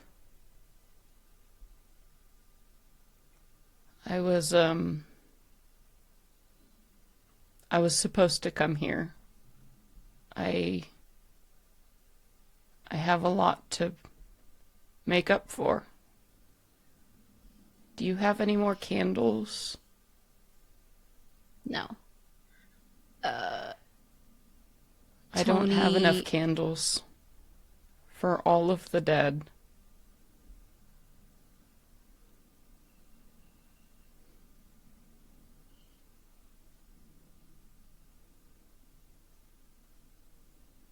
You could just light one for all of them. That doesn't feel like enough. This one is for Raven. And she holds up the one candle that she has and is lighting. But I don't have enough for all the rest. All the rest. There's no frame of a mirror or doorway from the way we came. Nope, it's disappeared.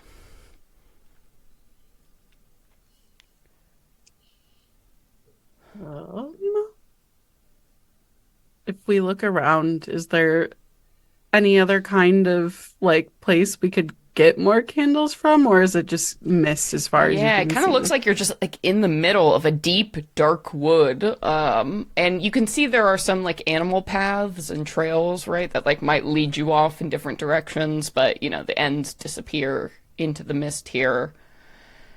And beyond that, you're a little bit afraid of where they might go, to be quite frank.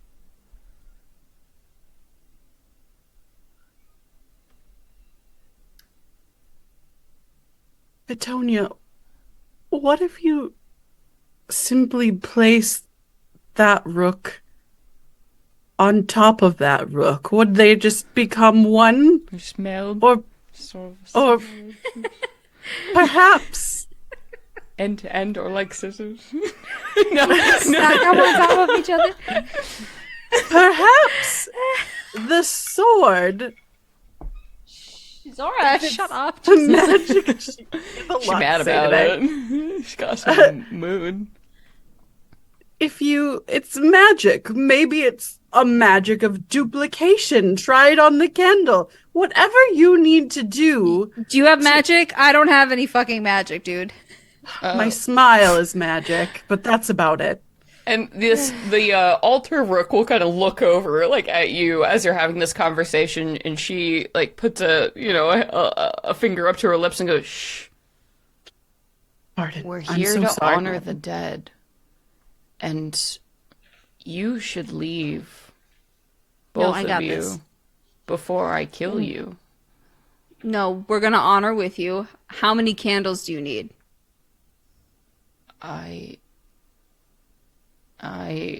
And she looks like down at her hands, and you see as they come up, they're like covered in blood, just like completely drenched, like from her fingers like to her elbows, as like a drip of like crimson sort of falls. I don't even know. What would feel like enough candles? I don't know if there's anything I can do. And she's like looking at her fingers, like kind of holding them up to the light.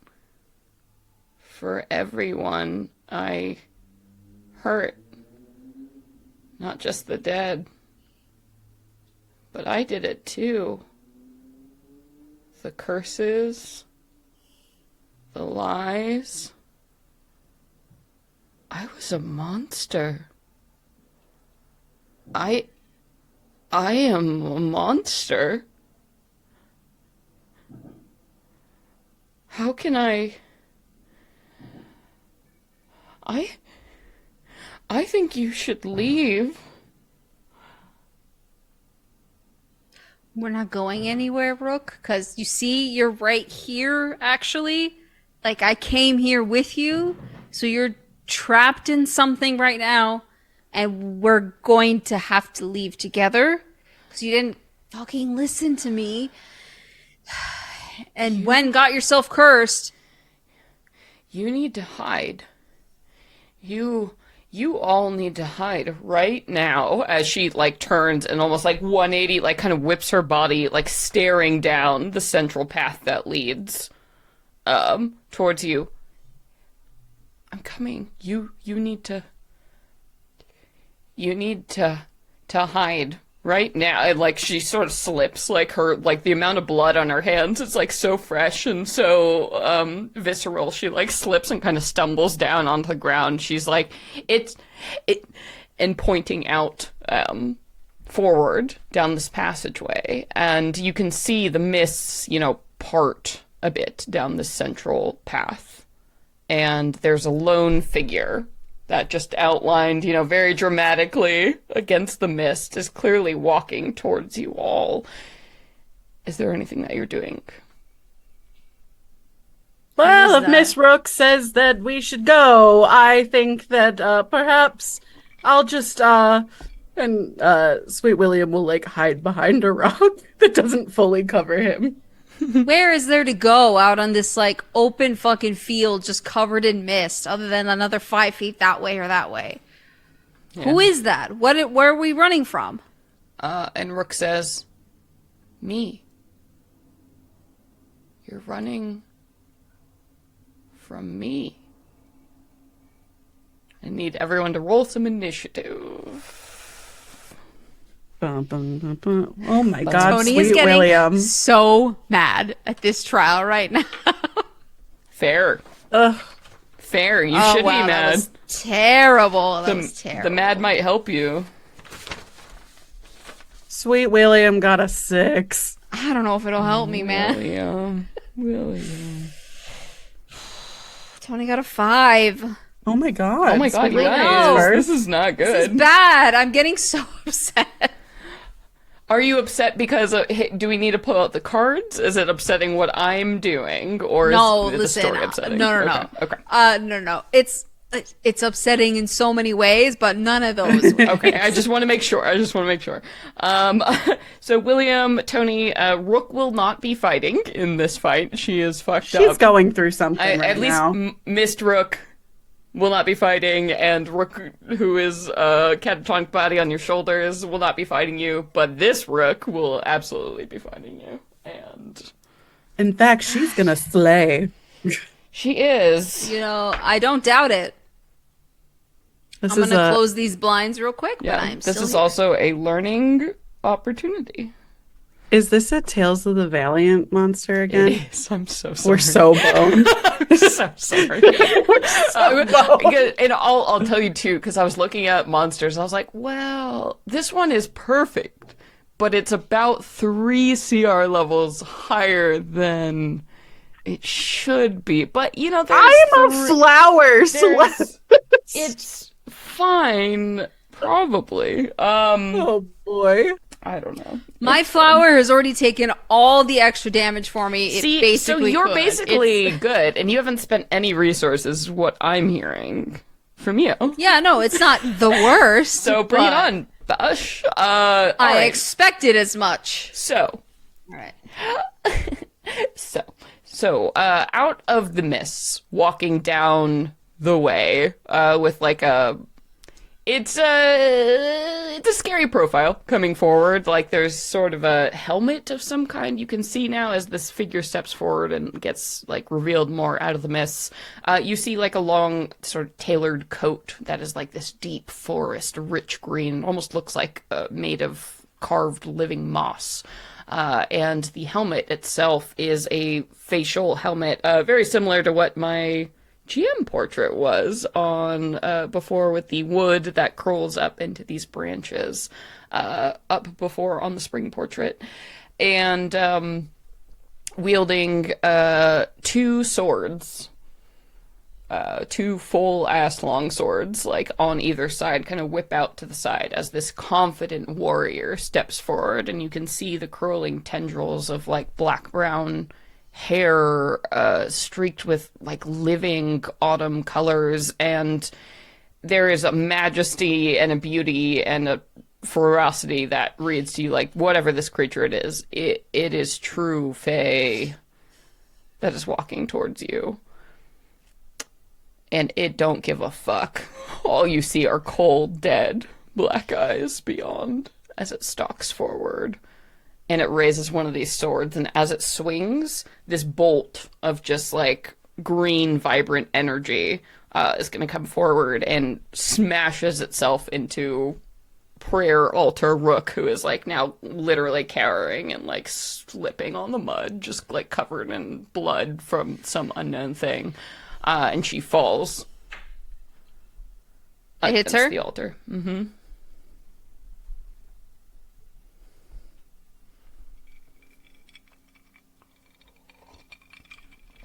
Anything you want to do about that, or should we move forward? I think I react. yeah. And I get to attack it. Yeah. Okay. So it is still far-ish away from you, so it's not within 5 feet to make that like weapon reaction. But I can do. Well, does my ice knife? I don't think you can react with a spell, unfortunately, with your feet. Yeah. Then I. Yeah, I don't have anything. Well, how far is a whip's range? Like 30 feet? 15 feet, I believe. I think she's. I'll let you do it with the whip. I'll let you, like, if you want to, like, have a moment to, yeah, absolutely react and whip out for sure. Let's go for it. I would love that. Yeah, yeah. I think it's dramatically, absolutely appropriate in this moment. This like fucking Fae thing that looks Just a little slap in the face. Also- Also, fucking touch my friend. honestly looks uncomfortably like Rook. I'm just gonna say, like in a way more badass, cool fantasy world. Yeah, I think it's more than fair to hit this person. Okay, 10 feet, Katie says. So yes, 10 feet. So go ahead and make that attack for me. Oh, okay. 16. Okay. A 16. Sweet William, do you want to say anything? Or are you overwhelmed? You can wait for the damage too if you desire. Yeah, I think I'm gonna wait for the damage. 16. It hits. And your whip strikes across like the face because this mask is sort of the Batman style, like exposed, chin and lips. And as you like whip, the figure turns their head to the side. And as like that thin like trail of red comes across. Oh. You'll pay for that. You hear, and it's Rook's voice just like echoing the exact same back to you. Ooh! Put it on my tab. Roll that damage, girl.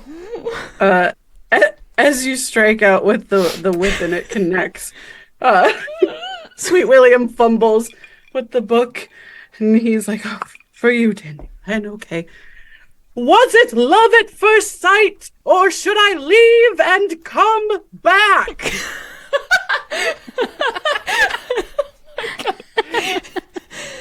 Oh, not even a pause. Badass Faye Rook is like, what? Oh boy.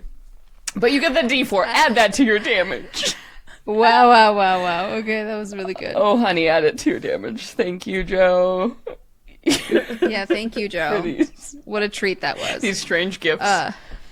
6 damage. Okay, wonderful. With the D4. I rolled a 1. All right. Cool. So yeah, you like slice across the face, and it's deep, and you see the blood running down. You're like, oh boy, William. It actually comes to you, my dear man. Oh God! Flower power, boy. Let's go. He literally doesn't have time at this point Yeah. to put it away, so he Yes. just throws it into the cluster of flowers that is his head and just lets it settle in there. Let's go. And Yeah. he once again, from who knows where, takes out his living wood great bow and is going to ping ping do 2 attacks at this thing. All right, you can try. All right, so first one is going to be a 12. Okay, a 12 is not enough to hit. You see, weird Faye Rook just like raises one of her swords and like chops the arrow out of the air as it comes through with a speed that is completely inhuman and destroys it. Okay, the next one is a 23. Okay, 23. That will do. He's just panting, even though he doesn't breathe. Yep. It's hard to be hard to be a plant. Yep. That'll be 8 points of piercing Okay. damage. Yep. So you land that blow and like hit in the shoulder and just almost like a corpse, right? It's like takes the damage and then she cracks her neck and sort of rips it out, throws it on the ground. Oh, I hope that you have a plan. There's only so many pages in this horrible little book. All right. Anything else for you, William? He's gonna tuck himself back behind his rock. Yes. Good rock. Good rock. Safe rock. All right, Tony. Let's go. So we've established that Chicky is within about 15 feet of you or so. So you can easily reach Feyrook or do whatever you would like at this point. Feeling a little bit weird about attacking this person that looks very much looks like my friend Rook. So I want to try to.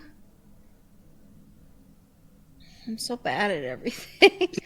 No, you're not. You're good I at miss punching. All of the like social things I'm bad at. Well, it's also like, dude, if you just want to do a social thing, I am not the DM who's like 6 seconds of conversation. Me, like, if you want to Yeah. say something or do something, it could always work without a roll, you know? Just believe in the heart of the cards. You have all the information you need. Yeah. Yeah, I want to try and address this Rook first, before any attack, and say, I don't know why you're after us. I have another version of you right here. I'm trying very hard to protect you and keep you alive here. And then there's another version of you crying about all of the innocent or maybe not innocent people you've killed, and maybe there's a way the three of us can come together here and, I don't know, have a kumbaya moment and talk about things first. We don't need to fight each other right now. It seems like you're fighting with yourself at this moment. There's just the smirk that comes up. You are weak. Your friends are weak. And you should have never existed. And you get the feeling that maybe this person isn't necessarily talking to you, Tony, but might be talking to other Rooks. You should have never been. You were a mistake. You know you were a mistake. And it's time to end it. You know, lots of people can still learn from their mistakes. You're giving yourself not enough credit if you think you have to just end it right here. You feel, I think, Tony, and I will burn my reaction to do this as like a wisp of wind that suddenly like blows across your face like an autumn breeze. And this person is like up in your face and all of a sudden like right pressed up against you, and you feel like an arm kind of curl around your waist as this person looks into your eyes, who's about the same height as you, and you just see like black pupilless eyes staring into you, but it's something that like dizzying almost in their power. And this being says to you, mortal, I could show you such things that would make you quiver. Why do you protect such a weak and baseless version when I could make you so much more than you are?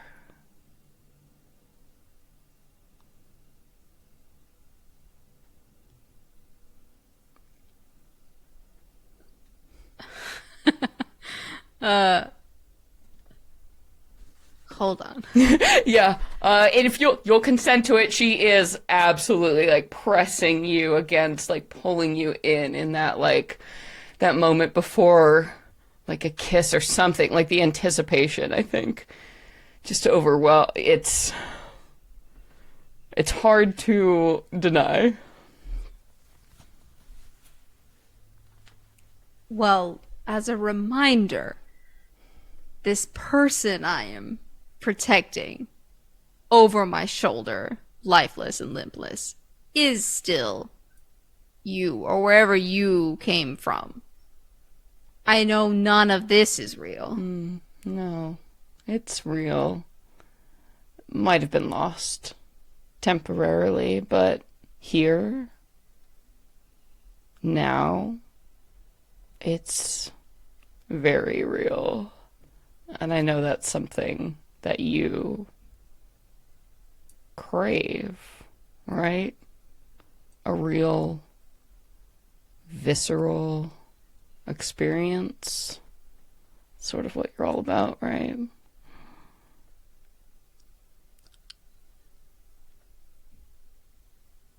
I'd really love in this moment to pull up my sword, or I don't even have daggers. Yeah, I guess my sword. I'm not making to attack, but it's right here.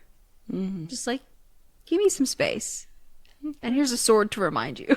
Yeah, and she'll respond, sort of like step back, and you see she like kind of runs her chin like just over the tip of it, like flirting with the edge of certain death. The choice is still yours. I think, well, I know I'm preferable to that. And I think she thinks so too. For whatever it's worth. Kill She's that. not actually here. Have me. Alright. She's not actually here to tell us what she thinks, so I won't have you speak for her. As much as you might pretend to know. It's not pretending. Dear mortal, when you live as long as we have, you learn a lot. But fine. If this is an illusion, fine. Someone has to die to get us out of here, obviously. I think you figured that out. So it's that. Like, looks at the pile of body. Or me. And I think even your flower friend there could probably agree that I'm a better bet than that crying pile of filth. Wait, one of us has to die. She is gesturing to the rook I have over my shoulder and herself? Yes. Or herself and the weeping mourning rook by the candles? Oh, the weeping morning one, they're the same. This and that, and whether it's the meat or the spirit, they are ridiculous. Well, if that's the case, you just gave me the green light, bitch. She's gonna put Rook down and pull her sword out all the way. Like, all right, let's go. Oh, you want to fight? Damn right. That's hot. Yeah, I know. All right, I will let you have a move, Toni, because this Fey Rook is up in your shit. She has been, like, lording it over you. She's, basically vulnerable. So, Toni, go ahead and roll me with advantage if you want to hit her. Ooh, I like that. Thank you very much. 21 to hit. Yeah, that'll hit. I guess we have it on one hand, so. Ooh. 12 damage. Okay. All right. 12 damage as you go and you like slide the sword, up and in, and there's the And as you pull it out, oh, I'm a fae, and that really didn't hurt me very much. Like, it's the thing where you're dealing damage, like, don't worry about that. But, you know, fae don't care until you actually, like, hurt them. Act tough about it, sure. Quite a lot. Here's my extra attack. Ooh! You brought your fucking Neosporin, bitch. Yeah, you do not have advantage on this one, I will say. And that's the 18 to hit. An 18 will still hit, yes. Ooh. Because she is wearing Rook's armor, which is just studded leather, so... Here it is, we're still a ranger. And that's another 12 damage. Alright. Okay, so you're doing shit as you're carving against it, and, you know, this Rook is like, alright, fine, we're really fighting, and, you know, like, gets out, you know, levels the blade now, and is trying to actually combat back and forth with you. Anything else for you?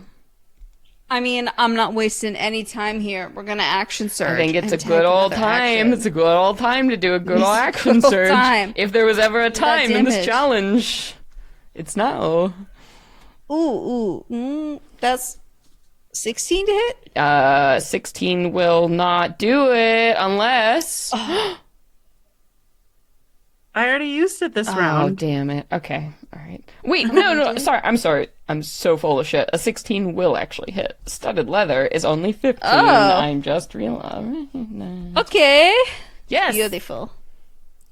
So then that's 8 damage. 8 damage. Okay, nice. So you're hacking and slashing away. But this figure is just still being a real bitch about what's happening as you're slashing away and you know, dodging your blows deftly, and it's like reminding you of, you know, sparring with Rook like all those times, but like she's so much faster and just doesn't give a shit. That's the real problem. Like, fighting someone who doesn't give a shit. Like, they just take ridiculous moves and risks and throwing it in your face as you're going and going and going. And then, it's her turn again. I still have my extra attack. Okay, because I took do an it. action surge. Do it, baby. Yeah. Ooh, and that was a 20, I don't know, 4 to hit? All right, hell yeah. This is million. how One of it those. should feel. Up there. Fighter. Stab. Yes. Yes, queen. Here we go. Yes. That's another 10 damage. Oh, shit. That's a good-ass hit. So, okay, so you have done about 40 damage in the space of 6 seconds, so that's not insignificant. And where's that final, strike on her? That, like, the one that actually makes her scared. Like, the last 3 have been like, you know, oh, they've hurt me. Which one, what is the one that makes her, like, a little like, uh-oh, we're in a real fight now? Like, the little ones that didn't feel that Yeah. bad were, like, up, both on the upper arms up here, but then at that, like, 4th strike, You know, she's made her way down, and it's down, like, straight into her fucking femur. Yeah. Right in the quad. And as you, stab through it, and you know it comes through the other side, and there's the, like, that, like, lurch and, like, the stumble back. I think that's what gets you, like, the stumble back. Like, the wound, like, closes again, like the way they do, but it closes a little slower, and you see her, like, takes that half step, and, like, and you see, looks a little bit more sallow, a little bit more, like, it's taking too much energy to overcome. Ooh, but you're not giving up. We back up at the top, and unfortunately, it is her turn. And her attention is here, boo. So let's go. Yes, multi-attack, absolutely. 3 short sword attacks. Let's go. Let's go, baby. Let's go, baby. Okay, well, oh shit. Hooray. Only a 13, so that first one will miss. No. Oh no. A 20, dirty 20. That one will hit. Yeah. Okay. Yeah. And I believe... Okay, so that's going to be 8 piercing damage plus... Oh, fuck. 3d8 poison. Yep. Ooh. 3... The poison. Okay. That's going to be 12 poison damage. And I need you to make a Constitution saving throw for me, please. Wait, so it was 8 piercing, 12 poison? Yes. Okay. Oof. Make this save, honey. And then a con save? Mm-hmm.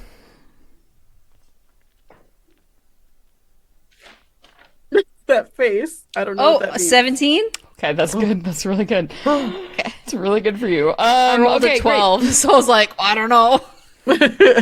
This could be good. This could be bad. The fun is of this stat block I've chosen from Tales of the Valiant with a little bit of fayness added on top of it is I would have gotten to choose the poison. You would have been poisoned as per the condition, which just like fucks your whole world for a lot. And then there's 3 really awesomely horrible conditions I could have picked from based on the type of poison. So Soup's fun. Ooh.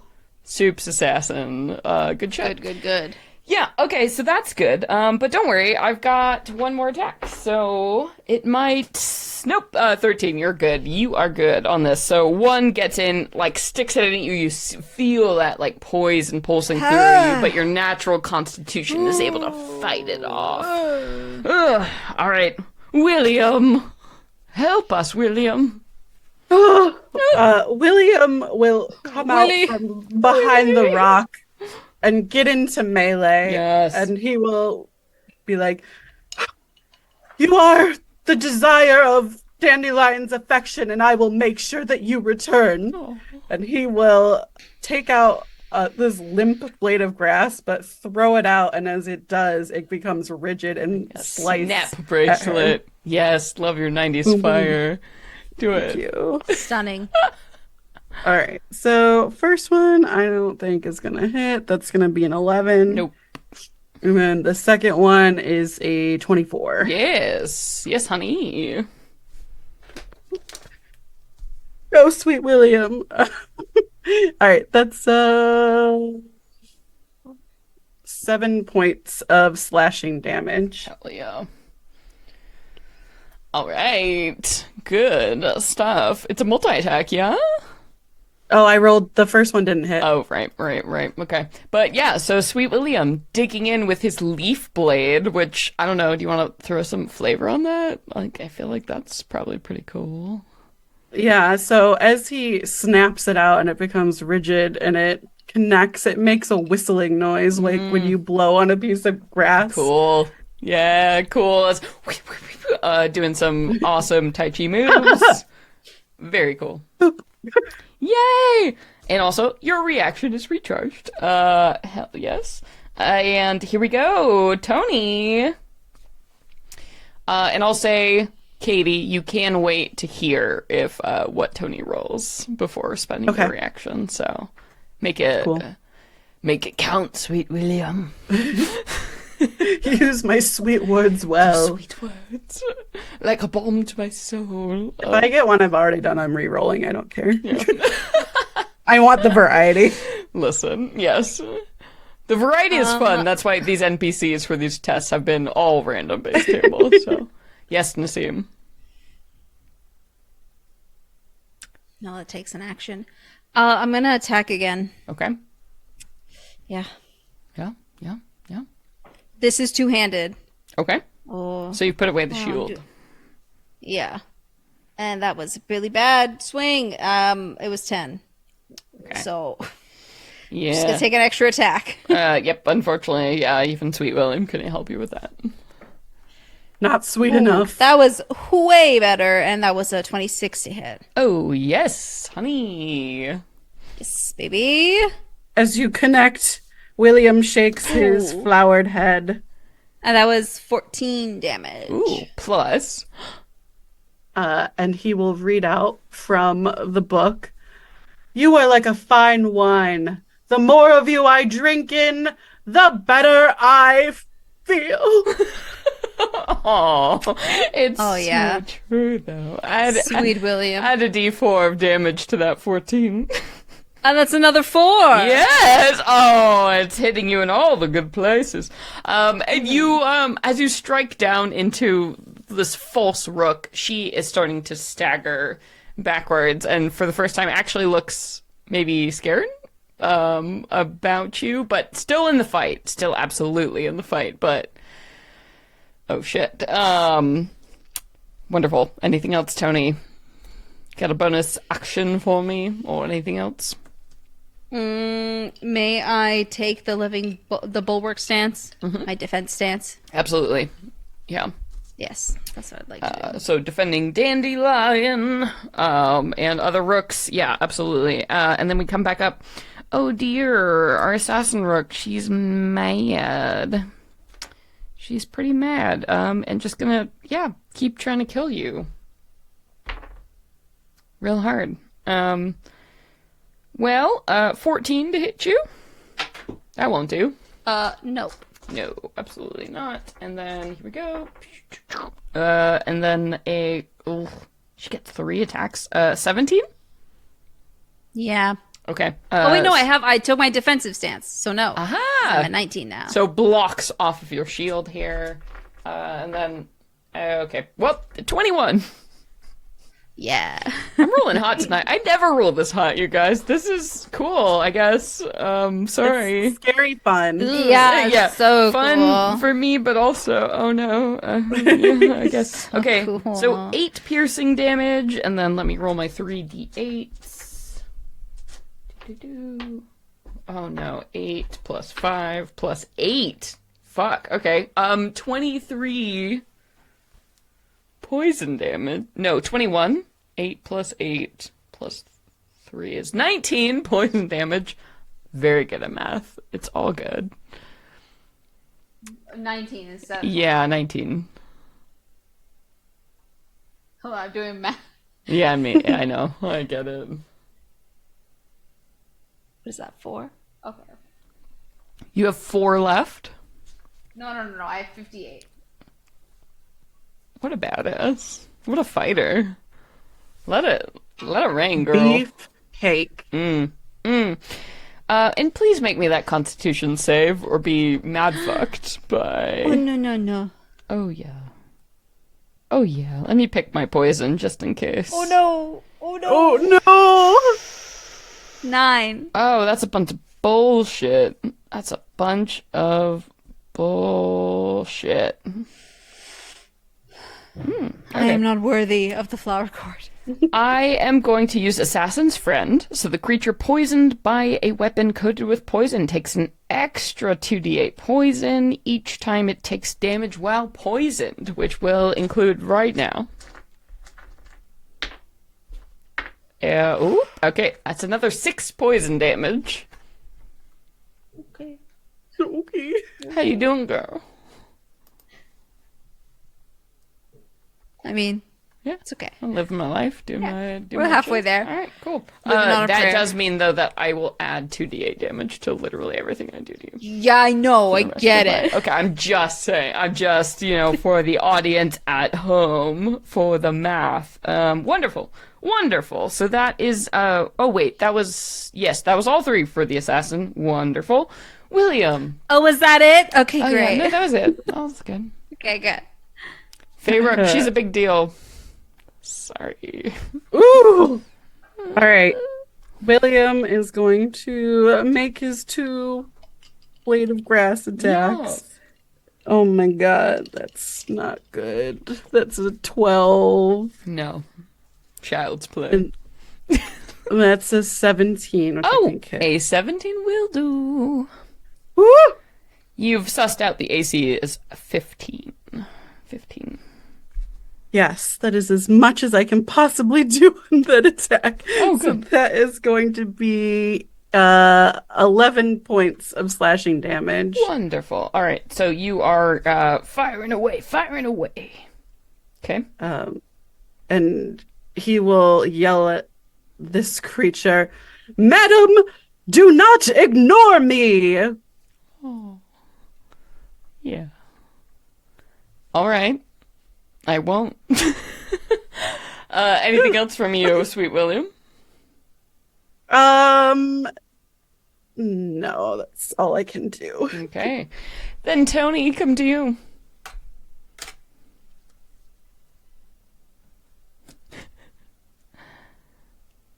It's just every time I hear the name Sweet, Sweet William, I William. want to giggle a little bit. We'll love him. Love him and protect him. Yeah. It's such a good name and character. Okay, Sweet William didn't get all attacked. Katie. I got All attacked. Katie. I'm gonna roll to attack again. All right. I can see you're, a little bit loose on your feet there. Whatever that means. Wow, I'm doing so badly. Nothing happened. I say that and immediately I kind of trip over some little stone beneath my feet. I step between my toes. I'm like, ow, oh my god, ow. What did you get? A Out of one. curiosity. A Oh, one? fuck. Okay, well. Damn, dude. Sweet William can't save you now. You don't have Yeah. inspiration. You know what? Okay, here we go. You should have gotten inspiration from me. I have forgotten because I've moved away from the D&D 5th edition mechanic, and we're gonna do luck soon, but I'm gonna give you a point of inspiration for coming after Rook, for being so valiant as hell. Let's call this our transition, valiant point. Like, you have a point if you want to do a reroll. You can absolutely spend it in this moment. Let's be Listen. real. You're being a big damn Valorant hero. Like, you doing it. You doing it. I don't need to argue or want to argue with the DM anyway whatsoever, Yes. because, like, yeah, I want to fucking take that point. Yeah, but also, take that point. I got an extra attack. Like, it's okay. I No, can take move it on. now. Don't I need want a you to do retroactive inspo point. I want you to Celeste's do like, two listen, I'm gonna fucking kill you next badass round. one. I'm not that hurt, so that is why I want you. I'm like a halfie, so This is a really go good for example of, like, tarofing in Persian culture, but if there's just any Iranians out there listening, do you agree? I think so. Anyway, it's I a agree good thing. with It's a you. positive thing. A positive thing. Yeah. Yes, I'm on board. Yeah. Yes, and Okay. let's go. Okay. Improv thing. That's the, what the I know. rules of Yes, Tarof and is that I have to let's accept go. what You you're have offering to. anyway. You Like, I must. can't say no. You must. You have been such a valiant bitch. You gotta do it. I'm wearing the shirt. Thank you so much. Test That's of the Valor. dad nakone. Thank you. It's fate. Okay, It's not me. I can't do it. You gotta do it. Well, the second time I rolled anyway, I got a 17. So plus 7. Fuck. There you go. Yes. Fuck. Yes. Let's go. Roll that shit. And I believe we're one-handed this time because we were in the bulwark Yes. before. We're going to be 6 points of damage there. Ooh. Ooh. Yes. You're gonna do more than that. Because Sweet William, in a quavering voice, will say, "Did the sun just come out? Or did you just smile at me?" God, these are fucking fantastic. Oh, thank you, Joe. For You're a these treasure. blessings. Are you... Oh, well, Sweet William, I guess, is in love with... I see why you're in love with him, man. Like, I get it. You get it, right? He is How perfect could you every not be? 284 petals on his perfect head. Oh, she's counted the pet. Oh, Sweet William has counted the petal. How much do you know, Tony? About whatever. That's fine. Dandelions let's- are yeah, whatever. white? No, it's fine. Yeah, whatever. He's yellow. It's fine. Yellow. He's Yellow. in love with you. Whatever. You don't know what color he is, but that's fine.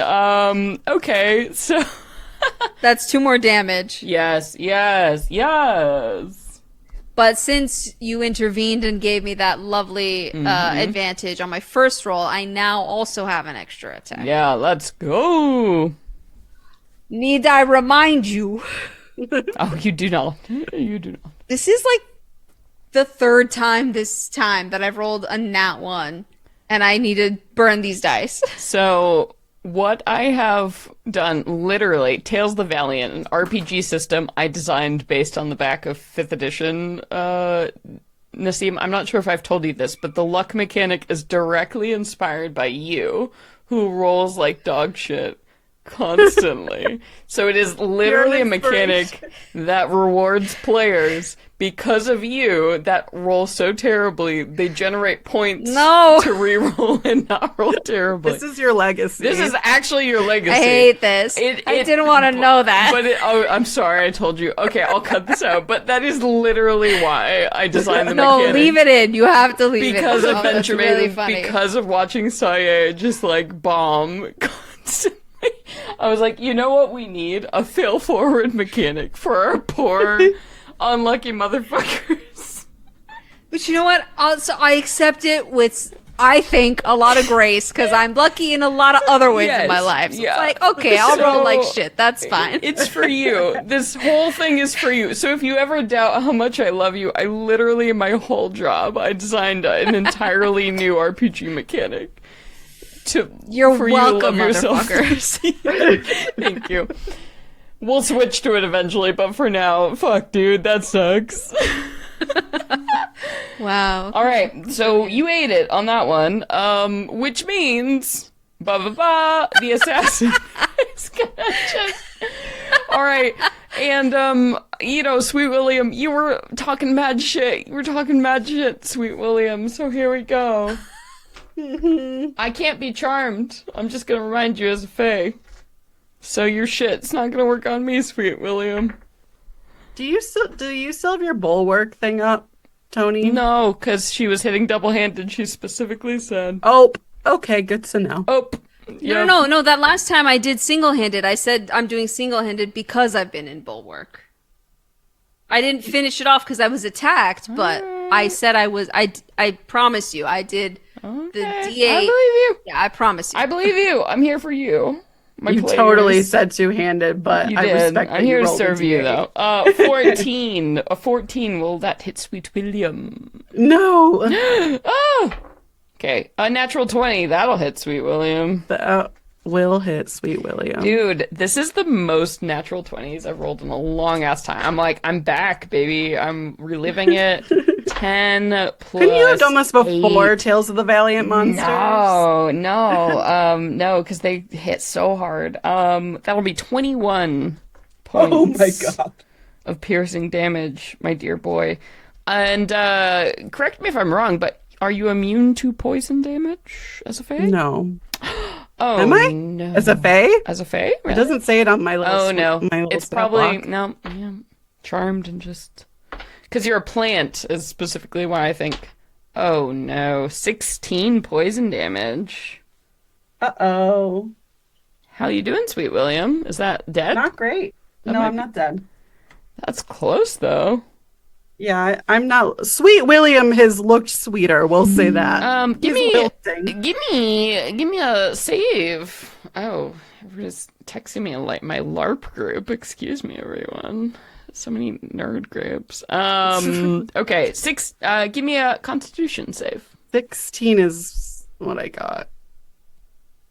Okay, that's fine. That's fine. Oh my god. Meet to beats. I'm You're alive. fine. You're fine, Sweet William. You live another day to love someone who doesn't love you. Congratulations. Oh my god. Come for me, Toni! bitch. Wow! I can torture NPCs for one episode. What do you mean? Oh, sorry, that was the assassin. So now, actually, Sweet William, it is your turn. Sweet William is like down on one knee. You see a few petals fall off of his little poofy head. Sweet William, no Um, blessings. All right, the first one is a 9, which isn't gonna hit, No. and the second one is 16. Yes, a 16 will do it. You just hear the whistle streak forth from his hands as he makes some slashes right at her mouth. Yeah. Shut up. And 9 points of damage. And he says, "Madam, you will hold your tongue. There is something more beautiful than passion, and that is a burning love that kindles on until my dying day." Oh. Go ahead and make me a persuasion check with advantage. Oh, okay. That is a natural 20 plus 2, 22. And as you're like cutting into, this rook figure, she whispers something to you, Sweet William, in only the way Faye can do, where it like doesn't actually carry in a natural or soundly way. I have been there. And the thing is, they always leave you. Whether it's death whether it's your fault or whether it never means anything at all. That's the most likely, sweet William, that you never meant anything at all. 500 points of psychic damage. I'm dead. Really? Repel backwards. No. William crying, tears down his cheek. Toni. Little dewdrops. Poor little dewdrops. I'll say, Toni, if you wanted to hear that, you could. But it was definitely meant to intentionally hurt sweet William. Mean ass fade nonsense. I'm sure she heard it. And it hurts her too. Yep. It's your turn, also, Toni. Sorry. Oh, is it? Yeah, no, I was like, oh, Toni, not just that Moment you hear of silence the for psychic sweet William trauma, Hart. but also, A moment of silence for your pride, brother. yeah, oh, silent. Okay, Toni, we come now to you. Me? This Right. shitty rook is looking shitty. Not Good. much long to go, but she's not going down easy. That's for damn sure. We are swanging, and we got 11. 11, I mean, there's a possibility. If you roll a d4, it might be beautiful and wonderful. Do you want to wait, sweet William, for the chance of a better roll? I think so. Okay, all right. You block it, and with that speed, that you've seen from Rook in sparring, but like on, immortal levels of bullshit, just dodges out of the way. So go again. Yeah. Again, and that's... Oh, my God. 12. Girl. A girl. Well, that's a slightly better chance, sweet William, if you want to throw that at her. Sure. We'll give it a go. As he wilts and dew is just falling from his petals, he says, "If beauty were time, you'd be eternity." Oh.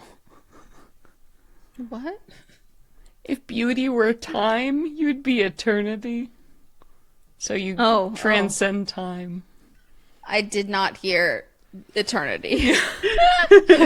That's fine. As sweet William is That's nice. nodding, and Yeah. which I imagine when you cut off like a dandelion, that's like weird, like milky white fluid bleeding out of this poor boy. Oh, buddy. No, I mean, you're just getting him hot and bothered. Milky white fluid from dandelion. From Brittany, I got the channel. I got to be here. Milky rubbing damage. Yeah. Okay, so D4. D4 is the summation. Roll a 304. And that's +4. Yeah, baby. So you hit. I hit. And, I guess that was one-handed. Da-da-da-da. And that's 9 damage. Yeah. And that extra attack. It's going good. But that's still not enough to give her. We'll defense stance again. Woo! Okay, good. Okay, so this defensive stance. So, coming around. 2 are going to come your way, Toni, and then 1's going to come for a sad, crying dandelion. Okay, a 24, Toni. Oh, yeah. My name is Sweet William. How dare you? I'm sorry. She don't give a shit. This is Rook with no feelings. Shocker. It's actually worse than Rook with feelings. Who knew? 9 points of oh god. Yep. Piercing damage. And then it's 3d8 normally, but you are poisoned to get an extra 2d8. So let's see, Toni. 7, 9, 11, 16. Only 16. Poison damage on top of that. Which is good news. How you doing? We're doing okay. Looking- We're a little bit slower. Yeah. Our reactions are a little bit muddy. Okay, well, you know, we're okay. that second hit's coming in, so, that's... Alright, 17? Yeah. Oh no, it doesn't. I forgot. Defensive stance. Oh God, yes, please. Okay, and then that third hit, as promised, is going to come for our boy, Sweet William. A 16. That will miss. Because you're block, shield. So as the poison is like slugging through you, right, and you're like, ugh, getting a little bit more, but Toni managed to block just barely as these attacks are coming in like lightning from this fey monster hunting you down right now. William, we come to you. William will make his 2 attacks. Oh, my boy got a natural 20 and totally whiffed with the other one. Boy, yes. Good for Sweet William. He deserved it. He deserved a natty 20. Let's all be honest. Alright. 4. He literally crawled through grave dirt mud to be here and like help. 21. So 11 and alright.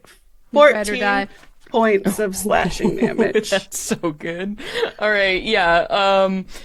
Do you want to like throw any flavor? I feel like this Fae has been riding you pretty hard. So do you want like any like vengeance flavor on here, like added in now, please? Yeah.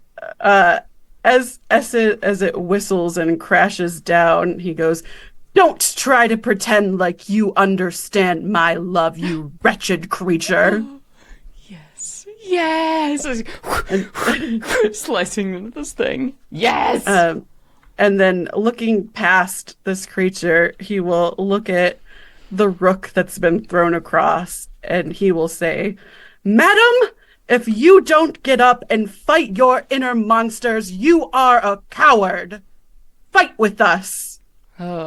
And you see, you know, the rook who is like kind of in the mud against the ground, like looks up at you, and for the first time, you feel like she makes like actual eye contact with you. Like this whole time, it's been very glassy and strange, and yeah, something you've said has clearly gotten through. All right, William, that's your turn. That's my turn.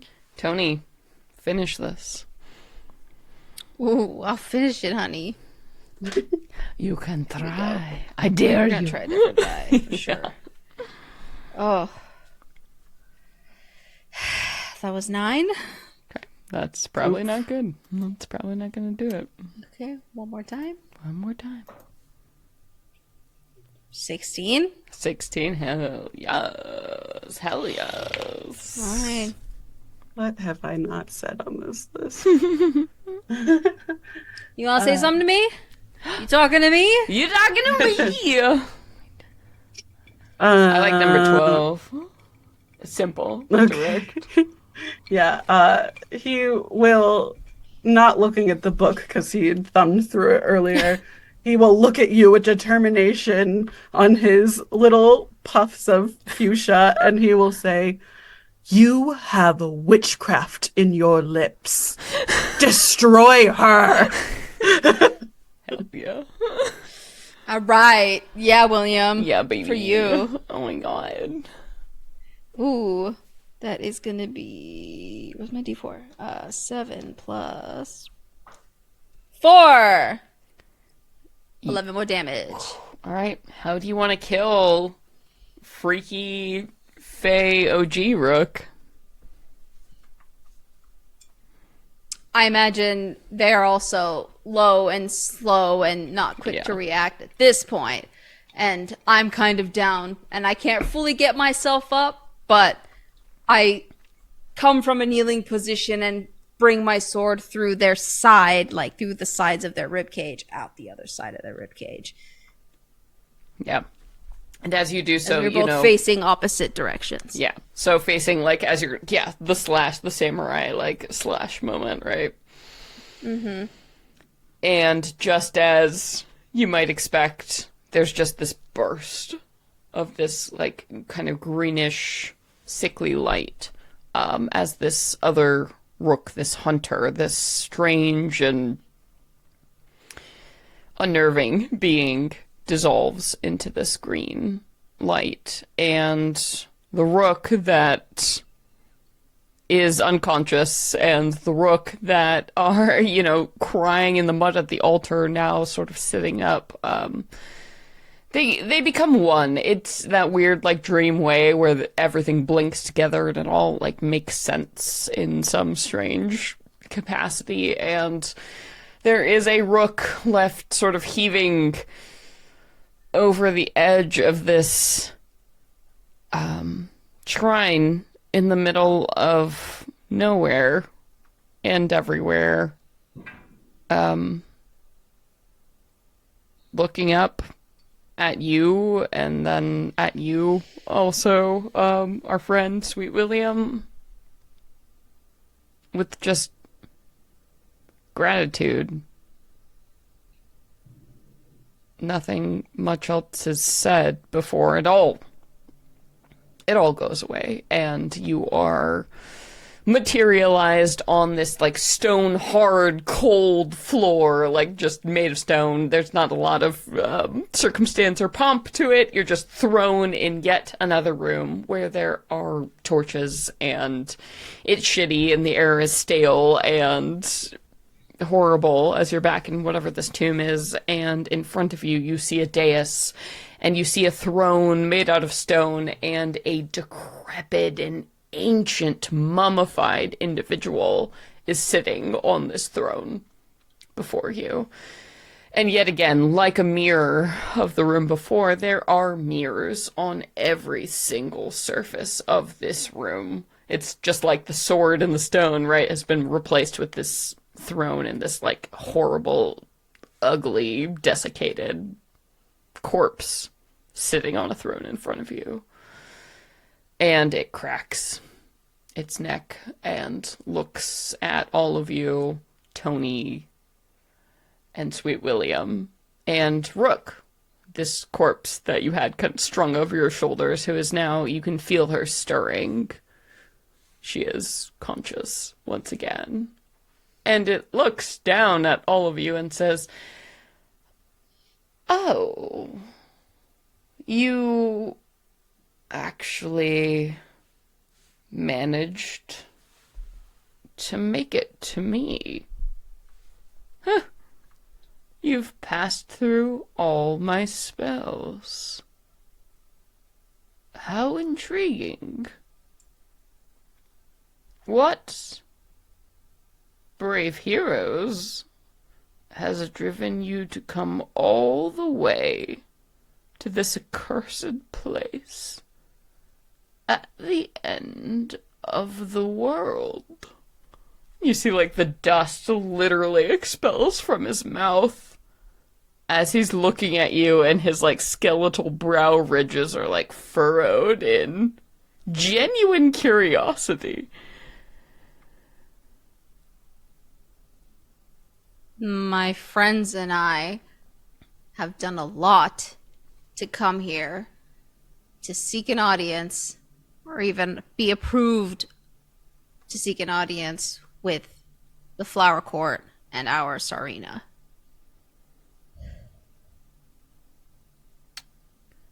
I must admit, these are names and titles I do not know. For here I have sat at the end of all things for quite some time. Please, if these are fairy courts that have sent you here, I do not presume to know why. What do you seek? I'm looking for the sword that belonged to the Forgotten Lord. Or the weapon, whatever it was he carried. The weapon. Yes. A fairy trick, I see. The weapon I wield is certainly not a sword, though the sword is there to deter. seekers. Great. Well, we brought it in case you need it. It is. He looks at like a limp, like Rook's limp hand who holds it. Well, for what it's worth, the sword was a bit of a representation. It is proved much that you have grabbed the sword and you have made it through. That is the crux of the spell of my power.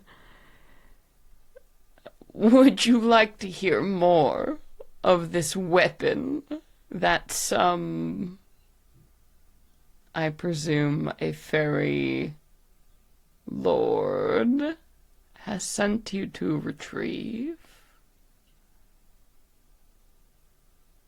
Okay. All right. The weapon... Well, Go for it.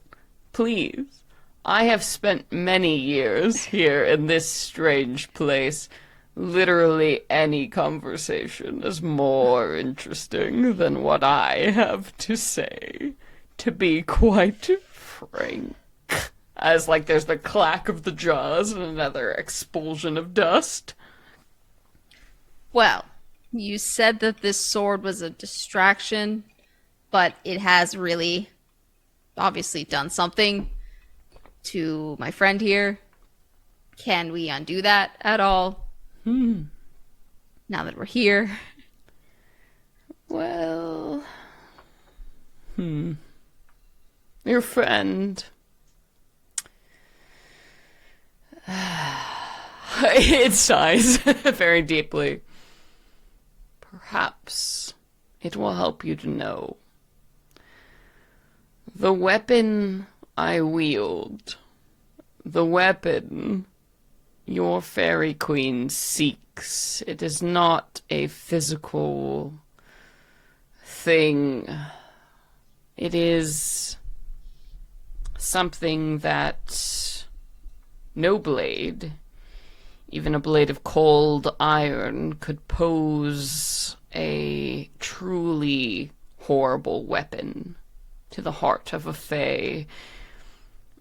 A thing that can destroy a fae, obliterate them entirely, is something mortals carry in abundance.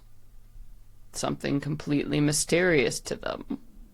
But something you have seen, something the sword represents. Can you perhaps guess what this is, young mortal?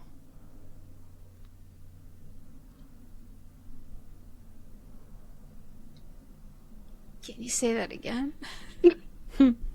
Something the sword represents. Something you traveled through, you experienced as it afflicted your friend. Something an immortal creature, like a fae, has never, in their time, experienced. Can you understand what has driven me and other ghosts like me here? What is it? Death? It's much worse than death, my dear. It's regret. My weapon is regret. Something the fae fear deeply. For most immortal beings have never known the twinge of regret, and I think that is why it has affected your friend. So, I am here, and others who have tried to come here are tortured by regret. And I think that is the weapon your queen seeks. Certainly not to use it against herself, but others. The Fae are not like us. They live forever. Regret is like a disease, a foreign agent that moves through them without check, poisoning them until they become this. Sort of like indicates the limp version of Rook, like in front of you.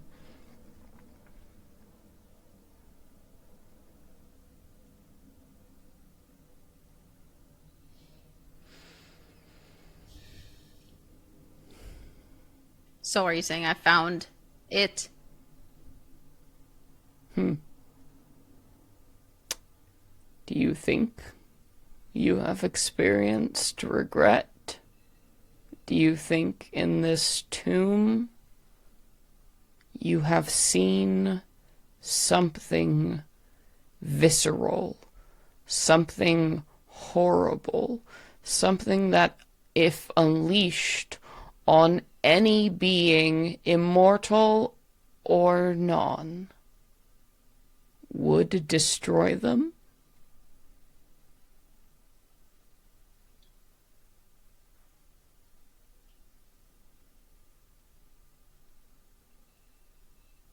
I think so. And he takes a deep sigh.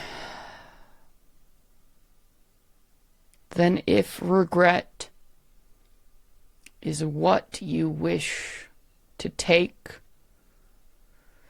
from this dark and solemn place, it is regret I can give you to carry if you are strong enough to take it.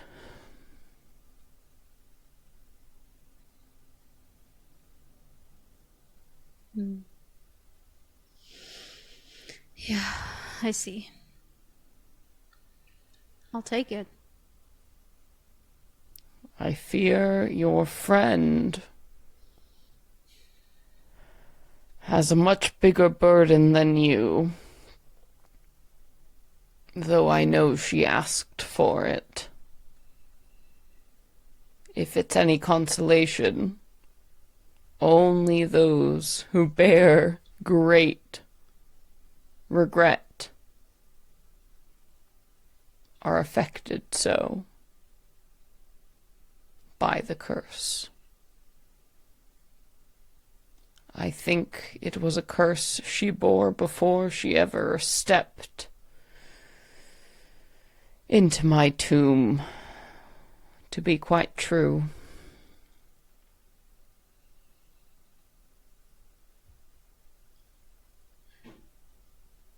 Yeah, I think I've witnessed that plenty of times myself before this. Good. Then you, young Faye, speaking to you directly, Sweet William, I advise before you become what I am, or anywhere near it, that you tell this person whom you love the full extent of what is in your heart. It might surprise you, as love so often does.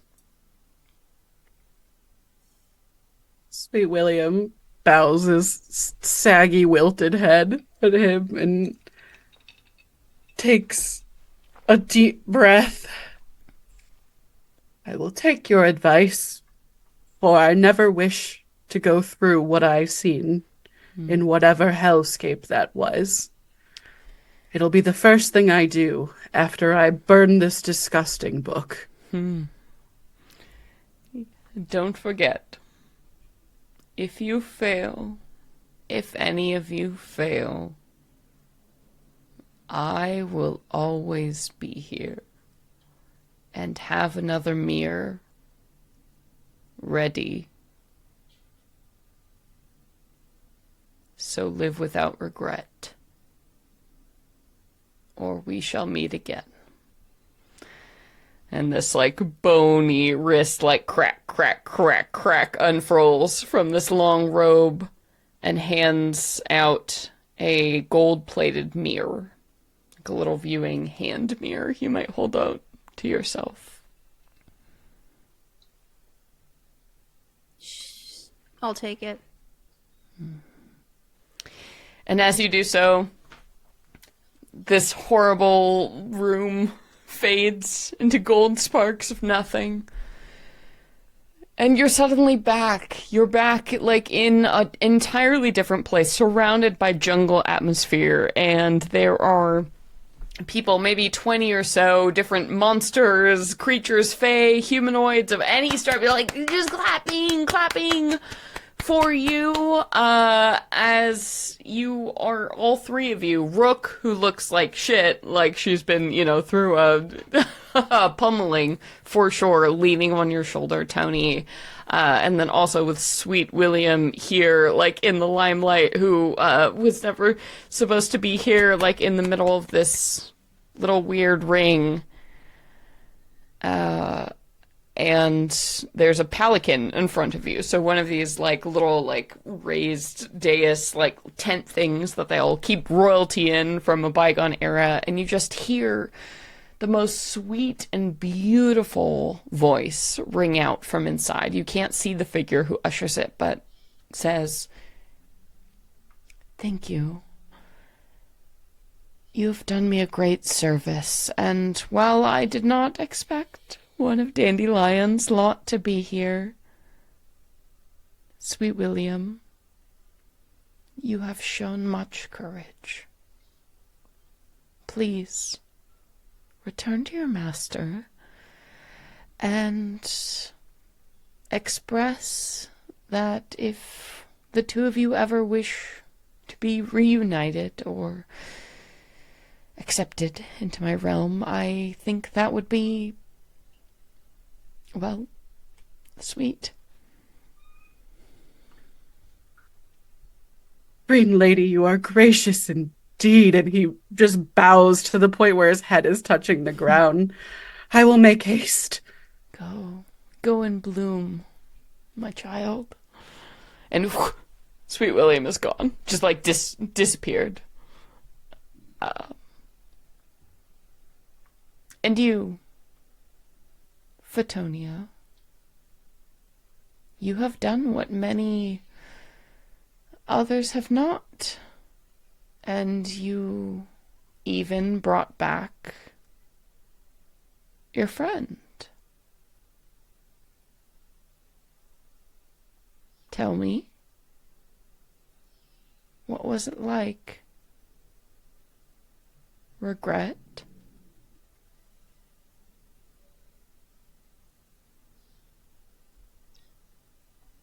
Makes me wish I wasn't standing right here in front of you right now, so.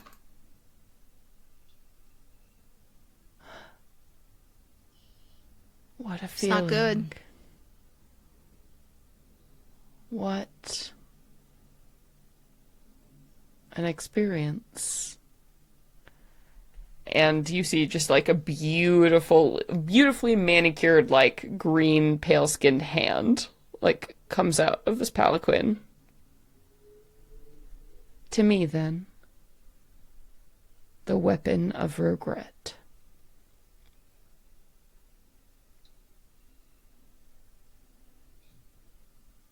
Toni walks up.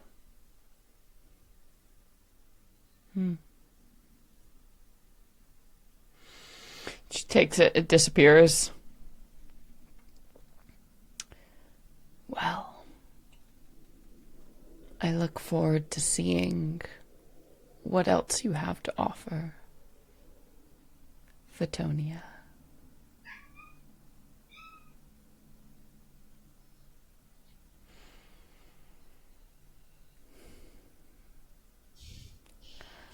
All right, and that's where we're going to end the episode. episode. Yay! Yay! Right. Oh, shit. Damn, that shit was heavy. It was heavy. Heavy at the end. Faye don't feel that shit. Yeah. That was heavy. Oh, sorry, booze, but also a little more understanding, I hope. Yes! Thank you, everybody, so much for joining us for another episode of Venture Maidens. We are so stoked to be back, and next time, the whole cast will be back together and have to deal with whatever the final trial is. So that's fun, and I'm sure it'll be super awesome, just like this one. I feel like, Nassim, thank you for dealing with the heavier of the trials as the capstone. And also thank you, obviously, Katie, for your beautiful Sweet William. I love him. I want no harm to ever come to him, and I hope he and Dandelion live forever in plant bliss. But Maybe one day we'll find out. maybe one day we'll know. But anyway, Oh my god! Oh my God. How great would it be to do the bank heist one with Dandelion and they'd be Tandy? so good at it. Oh, they can do it. It'll be amazing.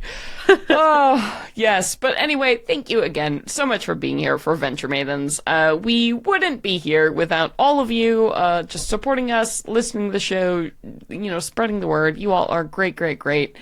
All right. Well, thank you, everybody, so much for joining us. I have been your Dungeon Master, Celeste Conowitch. And I have been your boy, Sweet William, played by Katie. And I have been Fitonia Silvertail, filled with a lot of feelings this episode. And what else do I have to say? That's it. That's it. No, that's it. You're Nassim. Yeah, Nassim, you're a half-orc fighter, Tony Silvertail. All right. Thank you, everybody, so much for joining us. And until next time, everybody. Venture away! Venture away, everybody. Bye-bye. Bye.